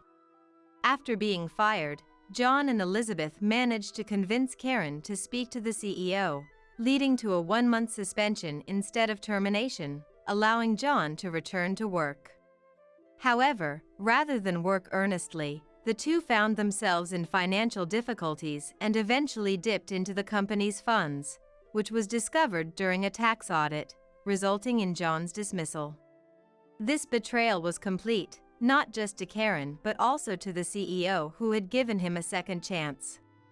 Along with this, rumors of driving Karen out to live with his affair partner spread quickly, and feeling uncomfortable, John and Elizabeth ended up separating. John even reached out to me and Mary, hoping for assistance in some way. Needless to say, we wanted nothing to do with him, setting all communications to ignore, completely cutting off contact. Without anyone's help, John and Elizabeth struggled, unable to secure interviews for new jobs, likely due to rumors of their misconduct. Even when John managed to find work at a small company, he couldn't fit in, leading to a series of resignations and a descent into poverty as their savings dwindled. Contrasting their downfall, my life improved significantly. With Karen's care entrusted to a facility, I found time for myself, and through Mary's introduction, I ventured into a new job, finding it fulfilling. Barbara, how's work? Are you managing well? It was tough learning everything from scratch, but now I genuinely enjoy my work. I hope to find a hobby while working, just like Mary. That's good to hear. I'm doing well too. The staff here are kind, and I've even made some friends. Thanks to you and Mary, I'm enjoying my days here. Thank you. The thanks are all mine. Mary's visiting soon, so we'll go out together again. Karen, once feverish and frail, is now vibrant and healthy. Unbeknownst to her, Karen's welcoming smile energizes me and Mary every time we visit the care facility. I hope Karen spends the rest of her life smiling. Grandma, I'm hungry. What's for lunch? It was just before noon when my daughter Amelia, who was expecting her second child, brought her son Joseph back home. Joseph, waving his hands cheerfully, looked so adorable, and I replied with a warm heart. For lunch, we have Amelia's favorite omelet rice. Do you like it too, Joseph? Yeah. I love omelet rice. Joseph, spinning around with his arms raised in joy. Then, a loud noise came from the direction of the cupboard. Amelia? Rushing towards the cupboard, I found Amelia leaning tiredly on the desk, looking exhausted. Are you okay? Just as I stepped closer to support Amelia, something unbelievable happened right before my eyes. A small shadow moved incredibly fast towards Amelia and, with all its might, kicked her in the stomach. What? Amelia crouched down, and before her stood the small shadow.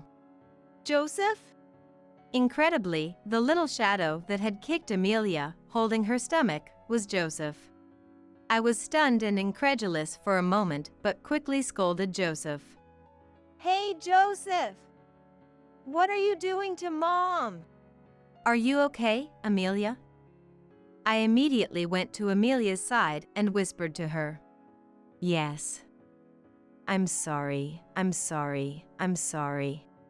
Amelia kept apologizing desperately. It was a huge shock to me that Joseph, so adorable and honest, would kick Amelia in the stomach. My husband Stephen, having witnessed everything, approached with a look full of anger. Joseph, I won't get mad, but explain why you did that. Joseph, with a puzzled look, said, What? It's discipline? Discipline? What does that mean? I, Olivia, have been supporting my husband Stephen for 35 years, and this year I finally turned 60.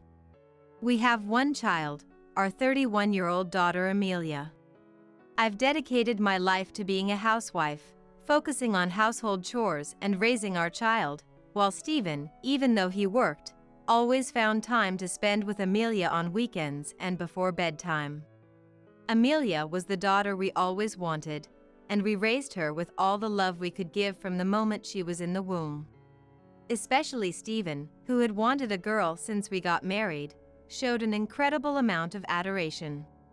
He gave her everything she wanted, from clothes and toys to snacks. And, without telling me, he even took her to game centers and shopping malls, which I found out about when Amelia got older. Amelia grew up to be a straightforward, cheerful girl who never went through a rebellious phase and was always full of smiles. She got married at 28 to Christopher and has been helping out with the restaurant owned by her in-laws in Christopher's hometown. I've only met Christopher's parents at the face-to-face meeting and the wedding, with little interaction otherwise. Christopher seemed serious but strong-willed, yet it appeared that calm Amelia had a softening effect on his personality. We thought Amelia, being our pampered child, would continue to live with us even after marrying Christopher. However, after days of pleading and talking about Christopher, Amelia convinced us, and before we knew it, she had left the family home. For a while after their marriage began, Amelia called us daily. Dad? I made a delicious pot au feu today. Typical Amelia. Your pot au feu is always delicious. Christopher is lucky to eat your wonderful cooking every day. Those simple exchanges filled our days with happiness, but they didn't last long. The calls became less frequent, from every other day to once a week, then once a month. At first, her happiness was evident, but as the calls became less frequent, they were often cut short because the store was busy. Even when Stephen tried every trick to keep the conversation going, he he was often cut off. When I messaged Amelia, worried, her replies were not immediate, and sometimes there were days she didn't respond at all, which worried me. The birth of Amelia's first child, Joseph, was also communicated via message. However, after much pestering from Stephen and me, we finally met our much-longed-for grandson when Joseph turned 1, and since then, their visits home have been limited to once or twice a year. Despite feeling uneasy about Amelia's reluctance to come home when asked, time passed, and before we knew it, Joseph was old enough to start elementary school. We hardly heard from Amelia and her family, leaving us clueless about their lives. Stephen mentioned making several calls, but they never connected, much to his dismay. One evening, just after we finished dinner, the phone rang. Hello? Hi, Mom, is now a good time? Yes, it's fine. It was Amelia, calling for the first time in 6 months. Perhaps guessing from the look on my face, Stephen glanced over, prompting me to switch to speakerphone so he could hear too. I'm about to give birth and was thinking of coming home, but I wonder if it's an inconvenience? When did you get pregnant, Amelia? Stephen jumped up from his seat, as surprised by my words as I was by the news. Really, Amelia? Did I not mention it? My due date is the 23rd. We had no idea. Really? Sorry, but yeah, I got pregnant. I've chosen a hospital and went for a few checkups.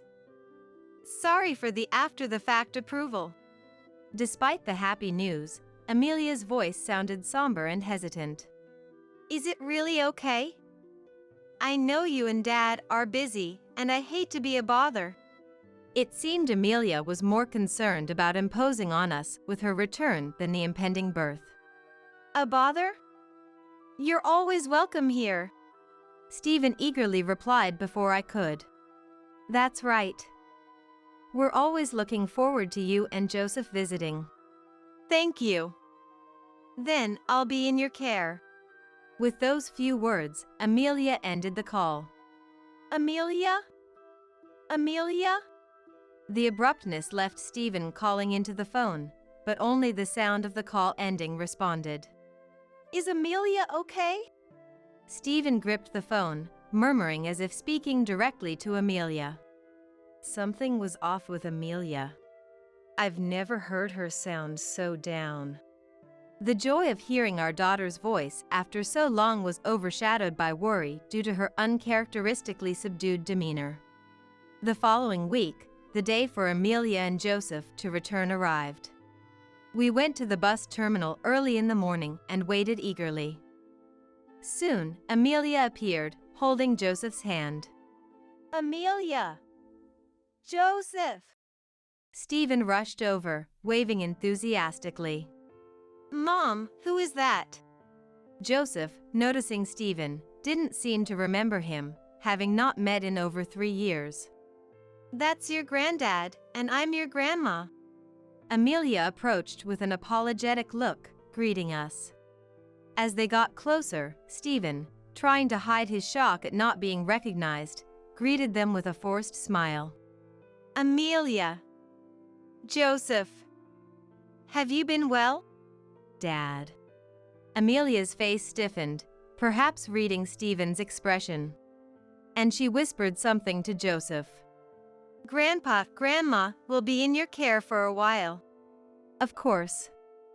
Your family, so feel free to rely on us as much as you need. It was clear Amelia had instructed Joseph on what to say, so Stephen responded reassuringly. It saddened us to think Amelia felt the need to be considerate towards us, her parents.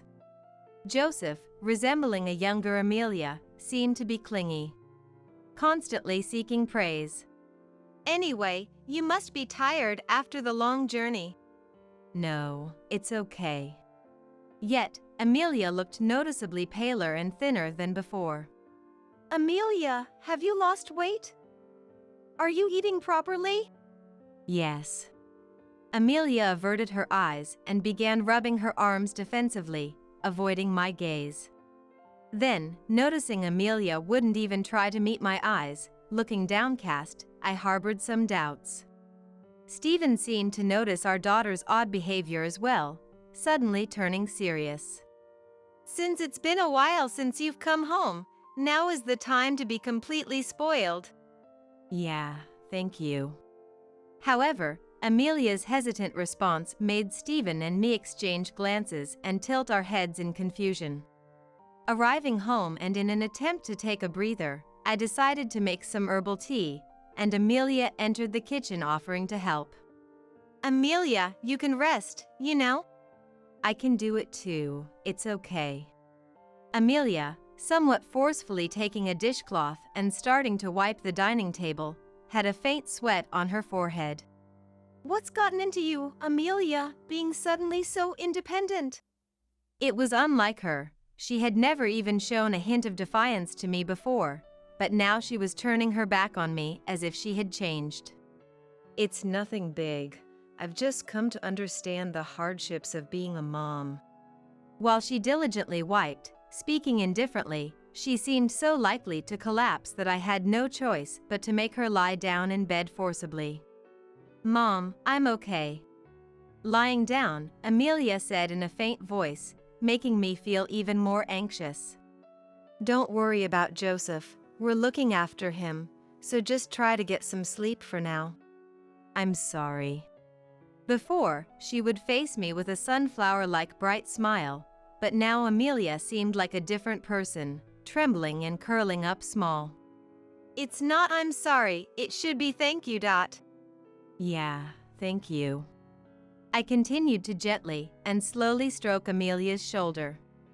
And perhaps due to accumulated exhaustion, she fell asleep in less than 5 minutes. Meanwhile, Joseph, seemingly overflowing with energy, was playing with a toy train with Stephen. Watching them with a smile, I reminded them. Make sure to tidy up after playing. Okay. Joseph energetically raised his hand in response. Good job on responding so well, Joseph. You're a good boy like Amelia. Laughing, I left Joseph with Stephen and went out to shop for lunch preparations. Deciding to shake off an unfocused anxiety, I thought today we'd have Amelia's favorite omelette rice. When I returned from shopping and it was lunchtime, Amelia had just woken up. Did I sleep a lot? Yes, you were sound asleep. What should I do? Her face turned even paler with a frightened expression. Is something wrong? Quick, we need to prepare lunch. Ignoring my attempt to stop her, Amelia moved towards the cupboard as if possessed. Her behavior, more suspicious than I had ever seen, made me feel an increasing sense of foreboding. Just then, Stephen and Joseph, tired from playing and hungry, came in. Grandma, I'm hungry. What's for lunch? Their waving hands looked so endearing, and I answered warmly. For lunch, we're having Amelia's favorite omelette rice. Do you like it too, Joseph? Yeah. I love omelette rice, Joseph said, turning around with his hand raised. At that moment, a loud noise came from the direction of the cupboard. Amelia? Rushing over to the cupboard, Amelia, not fully recovered, appeared exhausted, leaning on the table. Are you okay? As I took a step closer to support Amelia, something unbelievable happened right before my eyes. A small shadow rushed towards Amelia at an incredible speed, and that shadow, with all its might, kicked Amelia's stomach hard. What? Amelia crouched down, and in front of her stood the small shadow. Joseph? To my astonishment, the small shadow that kicked Amelia, holding her stomach, was Joseph. Stunned and speechless, I snapped back to reality and scolded Joseph. Hey, Joseph! What are you doing to Mom?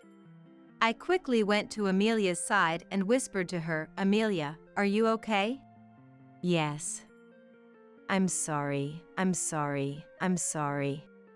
For some reason, Amelia kept desperately apologizing. The sight of Joseph, so adorable and obedient before, kicking his mom's stomach was a huge shock to me. Stephen, having witnessed the whole scene, approached with an angry expression. Joseph, I'm not angry, but explain why you did that. Stephen tried to remain as calm as possible, but it was clear he was struggling to contain his anger, clenching his fists. However, Joseph looked puzzled. Huh? It's discipline, right? Discipline? I didn't understand what he meant, but first, I had to help Amelia. Amelia. Supporting her shoulders, which couldn't focus her eyes, I looked into her eyes. Amelia, what's wrong? You seem a bit off. At those words, Amelia shivered and collapsed onto the floor. Amelia, are you okay? Amelia continued to breathe heavily, clutching her stomach. Amelia. I gently touched Amelia's back. Feeling the warmth of my hand, Amelia's breathing slowly calmed down. I decided to keep stroking Amelia's back while keeping an eye on Stephen and the others. Joseph is a good, obedient child, and I felt there must be some reason behind Amelia's behavior. Joseph, what's going on? Joseph's face, on the verge of tears, looked up at Stephen, who was now red-faced and angry, unrecognizable from the person who had been playing with him just moments before. But Dad said. At Joseph's softly spoken words, Stephen's brow furrowed. Bursting into tears, Joseph continued. Dad said, it's Mom's discipline. What do you mean? When Dad's not here, and Mom messes up, he told me to discipline her. Joseph managed to say between sobs. If I don't discipline her, Mom will get scolded even more. That's... Then, Amelia, coughing, managed to squeeze out some words. It's not Joseph's fault. If we don't do this, Joseph gets hit by Christopher. With those words, the bad feeling I had been harboring finally became clear. You've been enduring so much. Imagining Amelia enduring Christopher's treatment all alone without anyone to rely on, tears overflowed. We've been under Christopher's watch. I couldn't say anything until now. Amelia also started to cry big tears. Amelia, not just you, but Joseph and the baby in your belly. You can't be happy staying with Christopher. What Mom says is right. I can't forgive what he did to our precious daughter. The tears streaming down Amelia's cheeks didn't stop, and Stephen's words seemed to hit home as she finally voiced her true feelings. Dad, Mom, I want to cut ties with Christopher. You did well to say that. Actually, I've been carrying around divorce papers I signed, thinking someday I'd file for divorce. Amelia revealed she had brought them with her this visit, and Stephen immediately said, Let's call Christopher over right now. But will he come? Christopher always prioritized his store over listening to Amelia's requests, and she looked doubtful he would comply. Stephen, calling Christopher with a firm tone, said, Christopher, come to the house right now. Though I couldn't hear the voice on the other end, from Stephen's manner, Christopher seemed reluctant. You know what will happen if you don't come, right? Stephen's forehead veins bulged, and his face turned red, unaccustomed to such actions. Let's talk more when you get here. After finally hanging up, Stephen looked displeased. Are you okay? I'll just take a little water and rest. After I handed him the water, he drank it down in one go, holding his head. Stephen seemed to have used up a lot of energy in just those few minutes and slumped down on the sofa. Joseph sat beside Amelia, who still couldn't stand up. I clenched my back teeth, pondering what might happen next. Hours later, Christopher arrived, his hair disheveled and dressed carelessly, with a sulky demeanor. Really? I have work, and now this all of a sudden. Seeing Christopher's attitude, As if he would attack Amelia the moment we weren't looking, Stephen, who had slightly recovered, spoke up. What you've done to our precious daughter. Ah. Christopher replied nonchalantly as if he had grasped something, then glared at Joseph. Without hesitation, Joseph stood in front of Amelia, spreading his small body as wide as he could. I disciplined Mom instead of Dad, so don't be mad at her anymore. Christopher slowly started moving towards Joseph and Amelia, prompting Stephen to step in front of the two. If you move even a step further, I won't hold back. At Stephen's deep, resonating warning, Christopher shook his head in annoyance, placing his hands on his hips. Blaming me for everything. What's wrong with disciplining a poorly performing wife? Christopher glared at Stephen with muddy eyes, showing no sign of remorse. This is why I hated spoiled princesses. Do you have any idea how much I've hurt my hands trying to educate this worthless wife? Revealing his abusive behavior towards Amelia without any shame. Furious at Christopher's attitude, I stood next to Stephen. Amelia is pregnant, you know? What if something happened to the baby? Even if she wasn't pregnant, hitting your wife is the lowest of the low. The lowest, huh? Amelia, who does chores and parenting half-heartedly, is far worse. Christopher started saying unbelievable things while scratching his head. Lately, I've been having Joseph do the disciplining because I don't want to waste time on this useless wife. But he can't do it right, just like his mom. As if discussing tomorrow's weather, he casually mentioned how he would hit Joseph for not disciplining properly, then Amelia even more harshly. That's unforgivable. Discovering the unimaginable hardships his beloved daughter had been shouldering, Stephen burst into tears. Am I really that bad? I was raised this way, and making a fuss over this seems ridiculous. Apparently, Christopher's parents were aware of and complicit in his actions towards Amelia. Seriously, give me a break. It's ridiculous that I'm being blamed. Christopher showed no remorse, instead acting as if he were the victim. Listen here. Stephen's anger exploded, and he disappeared into the next room, only to return with several documents. I don't care about your family, but Amelia and you are getting a divorce.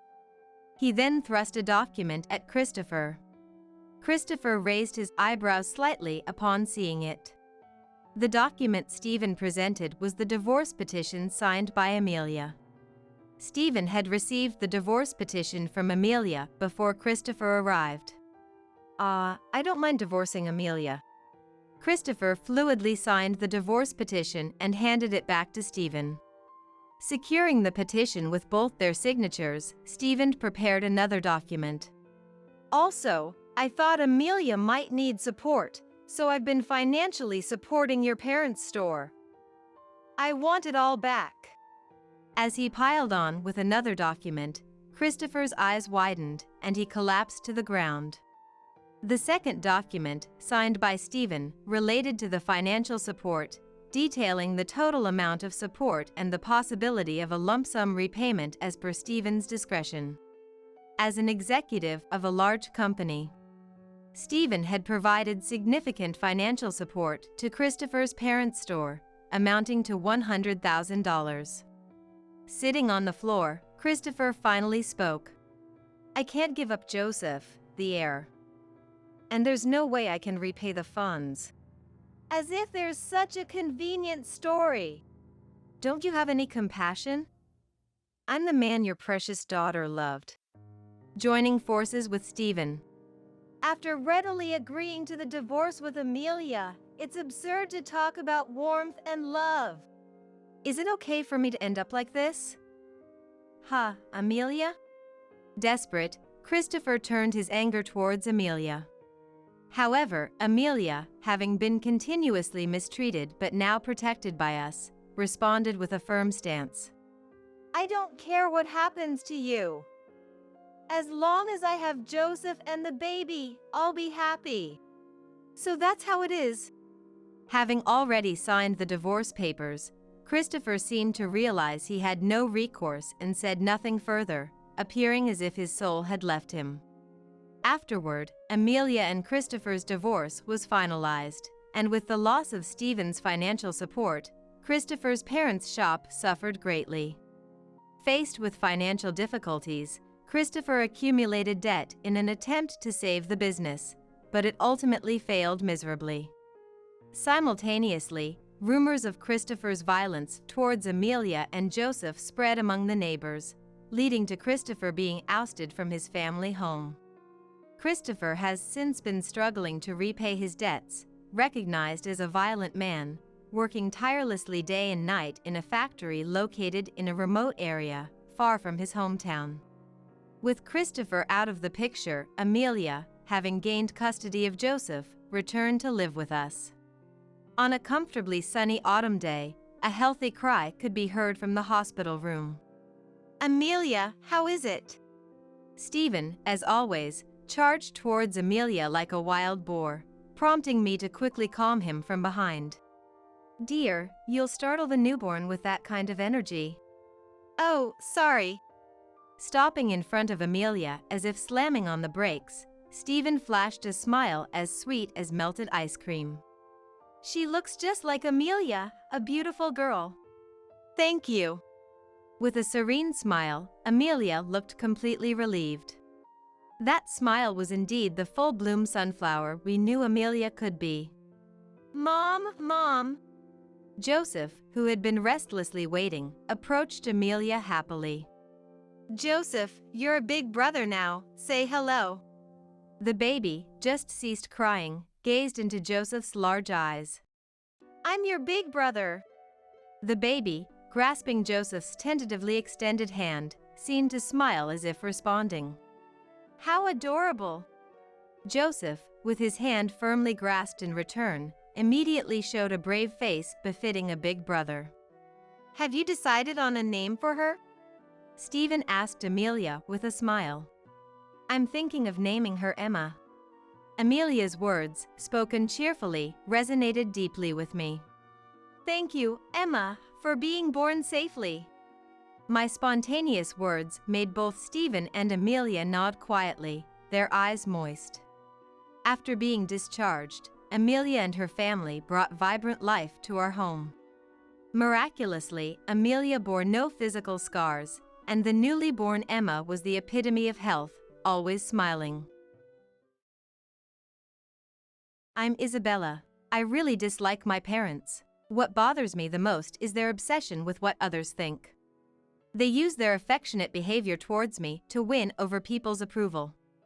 It seems like that's all that matters to them. So, at home, they were very strict with me. I was constantly nagged about etiquette and how to speak properly, down to the smallest detail. Naturally, I rebelled against that, but they never listened to what I had to say. All that mattered to them was appearing as good people in the eyes of others. They wanted me to play the role of a quiet, well-behaved child. As a young girl, I just convinced myself that it was how things were supposed to be. How long would I have to endure this? Would I have to live with this dissatisfaction forever? I want to get out of this house as soon as possible. Even as a child, I was consumed by this thought. But unexpectedly, a turning point came much sooner. It was when I was in elementary school. My sister Chloe was born. And she was much more pretty than me. It was only a matter of time before our parents' interest shifted from me to her. Eventually, all their love and attention fully turned to her. Thankfully, it allowed me to distance myself from my parents. I can finally be free, I thought, but it turned out they weren't done with me. I realized it during my senior year of high school. It was when I told my parents I wanted to get a job. Of course, I had always thought about leaving home since I was little. Graduating high school was my chance to leave. I had been looking forward to that opportunity for so long. But then, my father said something completely unexpected. "No way. You're going to college." I was shocked by his forceful tone. Lately, my parents had been so focused on Chloe. I thought they would easily agree. Maybe he had some expectations for my future. Why do I have to go to college? With a glimmer of hope, I asked him. His response shattered my expectations completely. You need a decent education to marry well, you know. So that was it. I finally understood why my parents were so concerned about appearances. They were planning to use my marriage prospects to make their own lives easier. I want to work. I protested. Then, are you going to pay for your moving expenses yourself? He retorted. His words left me speechless. Given their concern for appearances, my parents had always given me an allowance. But I didn't have enough to afford a move. Moreover, my high school prohibited part-time jobs. There was virtually no way for me to earn the moving expenses myself. He knew it, which is why he said it. As I struggled to respond, he laughed. We've spent quite a lot on raising you. Maybe you should pay us back for that? That's... If you don't like it, go to college. He concluded. In the end, I couldn't argue back. But if I looked at it differently, they were offering to send me to college for free. As much as they might want to, they couldn't just force marriage or arranged matches on me against my will. So, I decided to obediently go to college and then escape after graduation. After that, I enrolled in a local college. But since my education was just for the sake of appearances, I wasn't allowed to live alone. My father never really considered my academic pursuits at college. I'll pay your tuition, but in return, you'll have to work part-time and contribute to the household expenses. He said shortly after I started college. How much should I contribute? I asked. Let's say $500 a month. I wanted to focus on my studies now that I was in college. But he would never listen to such a request. Reluctantly, I juggled part-time work with my college lectures. The amount I had to contribute as living expenses was no small sum. With reports and test studies, I could only work a few hours each day. It was a barely manageable amount. But I don't want to waste this opportunity. So, I sacrificed sleep, splitting my time between studying and part-time work. Eventually, I graduated from college and even secured a job at a real estate company. Now I can finally leave home. That's what I thought, but my plan was naive. When I told my father about my job, he said, It's fine for you to work, but you can't live alone. Why not? I asked, puzzled. What if you end up with some bad guy if you live alone? Huh? Anyway, stay at home until you get married. That's ridiculous. Or can you pay back your college tuition right now? If so, I might consider letting you live alone. That's impossible. I've been contributing part-time earnings to the household. Then, give up on living alone. He said with a loud laugh. It seemed he had planned everything. Anticipating that, he had made me contribute to the household expenses. In the end, it was a life dictated by him. Was there no way for me to fight back? With these worries, I started working. But then, a new problem arose. He quit his job shortly after I started working. The reason was back pain. Of course, that was just a facade. He just didn't want to work anymore, and was clearly relying on my income. Still, I couldn't abandon my family. I had even researched ways to cut ties with them, wanting to become a stranger. But there's no way to completely sever ties with family. Parents will always be parents. There's no escaping that. Yet, I hadn't given up on escaping from home. Believing that one day I could live on my own, I diligently saved money. But my father would surely notice my plans. Several years had passed since I started working. One day, when I got home from work, there was a cake on the table. What's this about? I asked Chloe, and she replied with a smile. I got accepted into college. Really? Congratulations. Thank you. Chloe clapped her hands in joy. I felt happy for her too, but then my father's next words instantly dampened my mood. Okay, so you'll be paying her tuition. What? I have to pay it? Of course. I can't work because of my injury. What a thing to say. He looks perfectly healthy to anyone, but arguing with him would be pointless. It's true that he has no income. If I don't pay for Chloe's education, she won't be able to go to college. He knows that and is unabashed about it. That means my plans to live alone are pushed even further away. In his eyes, he gets Chloe's education and keeps me from moving out. Chloe is a good girl. Her presence allowed me, as a young girl, to keep my distance from our parents. I may not be close to Chloe, but I owe her that much. So, I decided to pay for her tuition. Looks like living alone just got further away. That night, I ended up drinking alone late into the night, grumbling about my father. Later, Chloe safely started college. I worked even harder to pay for her tuition. However, such a lifestyle naturally took its toll, and I started to feel worn out. One day, distracted by fatigue, I left my wallet at the entrance and left the house. Arriving at the bus station, I reached for my IC card to board the bus and realized I didn't have my wallet. Shoot. I left my wallet. I quickly remembered leaving it at the entrance. I called my mother, who was at home, and she said, "Chloe took your wallet to you. She had to go to college for something." "She did?" "She said she'd drop it off on her way." I immediately started running back home. Then, a few minutes from the bus stop, near a grocery store, I ran into Chloe. She was carrying a shopping bag from the store. "Chloe, do you have my wallet?" "Here it is." She handed me my wallet. I immediately checked the contents. "You're so suspicious," she teased. "I have the company's card in there. If I lose it, it's trouble for the company." The corporate card and the IC card were both inside. The money was untouched, and I felt relieved. "Thanks, Chloe." I thanked her and hurried back to the bus stop. Thanks to her, I managed to avoid being late. I need to be more careful from now on. That night, I bought a thank you cake for Chloe. She was delighted, and I was grateful. But at that time, I was making a big mistake. Some days later, Aria from accounting came to me at work. "Can I talk to you for a sec, Isabella?" She was a very reliable colleague. She often gave me clothes and cosmetics she didn't need, as I was living frugally. In many ways, I owed her a lot, both professionally and personally. So, I thought she wanted to talk about something personal, but it turned out to be a bit different, and Aria took me to a private place. "What's going on, Aria?" Listen.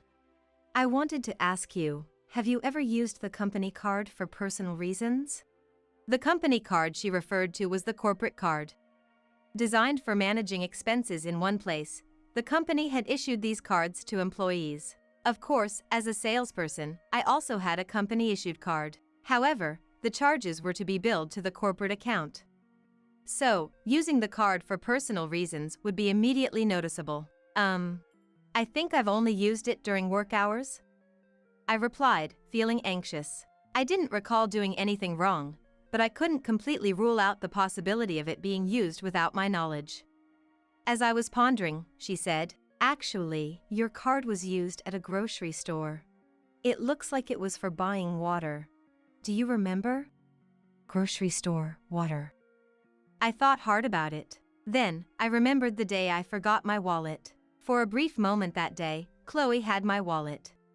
I normally never let anyone else handle my wallet, especially at work. Therefore, if someone else used the card, it had to have been Chloe on that day. "Well, do you know the date it was used?" I didn't want to suspect Chloe. I asked Aria, hoping to prove it wasn't her. If the card was used on a different day, then she wouldn't be the culprit. I must have been absent-minded and accidentally used the company card. That's what I wanted to believe, but reality was harsh. The card had been used on the very day I forgot my wallet. "Is there anything you can recall?" Aria asked. On impulse, I blurted out, "Oh. I might have mistaken it for my IC card." "Really?" "I sometimes buy water before work." "I see. I'm really sorry about that." I paid the amount that had been charged right there. I made excuses in a panic, but Aria comforted me, saying, "Don't worry, I've made the same mistake before." I was worried it might happen again. Driven by anxiety, I asked Aria for a favor right then and there. "Are you sure? It'll be extra work for you, Isabella." "Yes. I don't want to repeat the same mistake." "Okay, I'll take care of it." "Thank you so much." Thus, I managed to avoid turning it into a big issue. But I knew there wouldn't be a second chance. If something similar happened again, it would surely be a major problem. That's why I took the initiative. That incident was a significant turning point for me. I had always thought Chloe was a good girl. But she was a child doted on by our father. She never rebelled against him. If she's aware of everything, maybe she's just pretending to be good, not just outside the house, but in front of me as well. At that moment, I found her smile strangely frightening. My parents were trying to use me for their own benefit. So, I was already cautious of them, especially my father. But now, I had to be wary of Chloe too. What should I do? The thought of living with my parents and Chloe became scary. I had always wanted to leave, but now more than ever. After much thought, I confided in my boyfriend, Timothy. Why don't we get married then? He said casually. I was at a loss for words. He smiled. If we're married, you can leave your house. I'm a civil servant, so they probably won't object. That's true. He and I were classmates in college. We'd been dating for over 5 years, and I had been thinking it might be time. But I had my family to consider. I couldn't easily say yes to marriage. However, I had told him about my family's problems. He had listened and advised me on various things. Despite all that, he was still willing to marry me. Please, I'd appreciate it. So, I decided to get married. But it wasn't just happiness filling me up. There were too many problems, especially with my father. It wasn't certain that he would agree to the marriage. I'll have to persuade him carefully. I decided to take my time convincing him. But as I hesitated to bring up the topic of marriage at home, time just passed by. Half a year went by like that. I need to say something soon, I thought to myself. Then, unexpectedly, my father and I got into an argument. Enough. I've told you many times to marry the person I introduced. That's impossible. I'm seeing someone. What? Who is the guy? He's a civil servant. A good person. He fell silent at my words and seemed to be thinking. I took the chance to say, He's willing to give a generous dowry. That should satisfy you, right? He looked hesitant. That could work. I decided to push through. How much should the dowry be? $30,000. I thought that was a lot. But when I mentioned it to Timothy, he agreed to provide it. Thus, with his help, I was able to leave my home. Once the decision was made, everything else went smoothly. I started preparing to move right away. Then, on a certain Sunday, I arranged for the movers to come. During the move, Chloe approached me. Just keep your promise to pay for my tuition, okay? That's fine, but can I ask you something? You've used my card without permission, haven't you? Oh, you found out, huh? She said, without any sign of remorse. I had tried several times to confront her about the truth, but never got the chance. I gathered my courage to ask, but it seemed like no big deal to her. Using someone else's card is a crime. Do you understand that? It's fine, we're family, aren't we? She replied, showing no guilt. I was infuriated. I'll deposit the tuition money into the designated account. But that's it. Consider it severance. Huh? Once I leave this house, we're strangers. Do whatever you want. She walked off with a scoff. Later that evening, when the moving was done, I went to the living room where my father was waiting. Where's the money? It's always about money with you. Here it is. I've always dreamed of profiting from marrying you off to someone well off since you were born. Well, this should be enough. I've contributed plenty to this house already. Yeah, now it's all up to Chloe's future spouse. He smirked, his comment dripping with sarcasm. He might keep coming back to ask for more money. That thought makes me angry. But when that time comes, I'll just have to turn him away. Then we had our last meal as a family. Chloe wasn't there, though. According to my mother, she was out with friends. Better not to see her. After the meal, I gathered my belongings and decided to leave the house. But as I was leaving, I ran into Chloe. Oh? Still here, Isabella? Ah, right, here, I'm returning this. Without a word, she handed something over. I looked down and saw it was the company card. I quickly checked my wallet. Only realizing now? I took it when I was in your room. You're so clueless. I clenched my teeth. Clearly, she had used it without permission. That's when it hit me. Chloe brazenly admitted. I used your card for drinks and meals for about 100 people, so check it up. Then, without being asked, she started telling me all about it. She talked about a reunion she had and going to an all-you-can-eat, one thing after another. She even mentioned choosing an expensive restaurant, thinking about the card's limit. That really made me angry. So, I retorted, "Who are you, exactly?" What? You were serious about us being strangers once you left home? But what about the tuition fee? She kept bothering me about it. The bank card for the tuition fees has been given to Dad, I said, and quickly walked away. Afterwards, I joined Timothy and started our new married life. Nothing much changed, though. I continued working, and the only real change was our home. But that was the biggest change for me. I was filled with a sense of freedom I had never felt before. I hoped this happiness would last a long time while enjoying life with him. About half a year went by. One day at work, Chloe showed up. You're here. Come out. She caused a scene at the company reception. Hearing it, I rushed to the reception. Chloe. There you are. What do you think you're doing, you liar? She yelled the moment she saw me. She started shouting at me, showing me her bank card. I got a call saying the tuition couldn't be withdrawn, and I was embarrassed, you know. What are you talking about? I made sure to deposit it. Huh? But it clearly hasn't been withdrawn. Don't you even know how to check your bank card? Are you really a university student? Of course I am, 4th year at a national university. I've even secured a job. She yelled. Sighing, I explained. I deposited this year's $5,000 tuition fee. Here's the deposit record, see? That's exactly it. That amount was withdrawn from the card. You must have done it. It was you who withdrew it, right? I don't even have a card. So it was you. But I heard you paid for foods for 100 people with it, didn't I? Foods? What foods? Don't you remember paying for an all-you-can-eat for 100 people with the card? As I questioned her, her face turned pale. In a panic, she started making excuses. That was... I used your company card, but it's a corporate card, so... Clearly, she didn't understand. So, I explained to her carefully. A corporate card withdraws from the corporate account. That's correct knowledge. So, the card I used was... But once, someone used my card without permission. So, I had the withdrawals changed to my personal account. Personal account? What I had was indeed a corporate card. That was when I realized. The withdrawals were being made from my personal account, not the corporate account. That setup, while involving more paperwork for expense claims, allowed for private use of the card. Essentially, it eliminated the need to carry multiple cards. Plus, if someone else used it, the company wouldn't suffer any damage.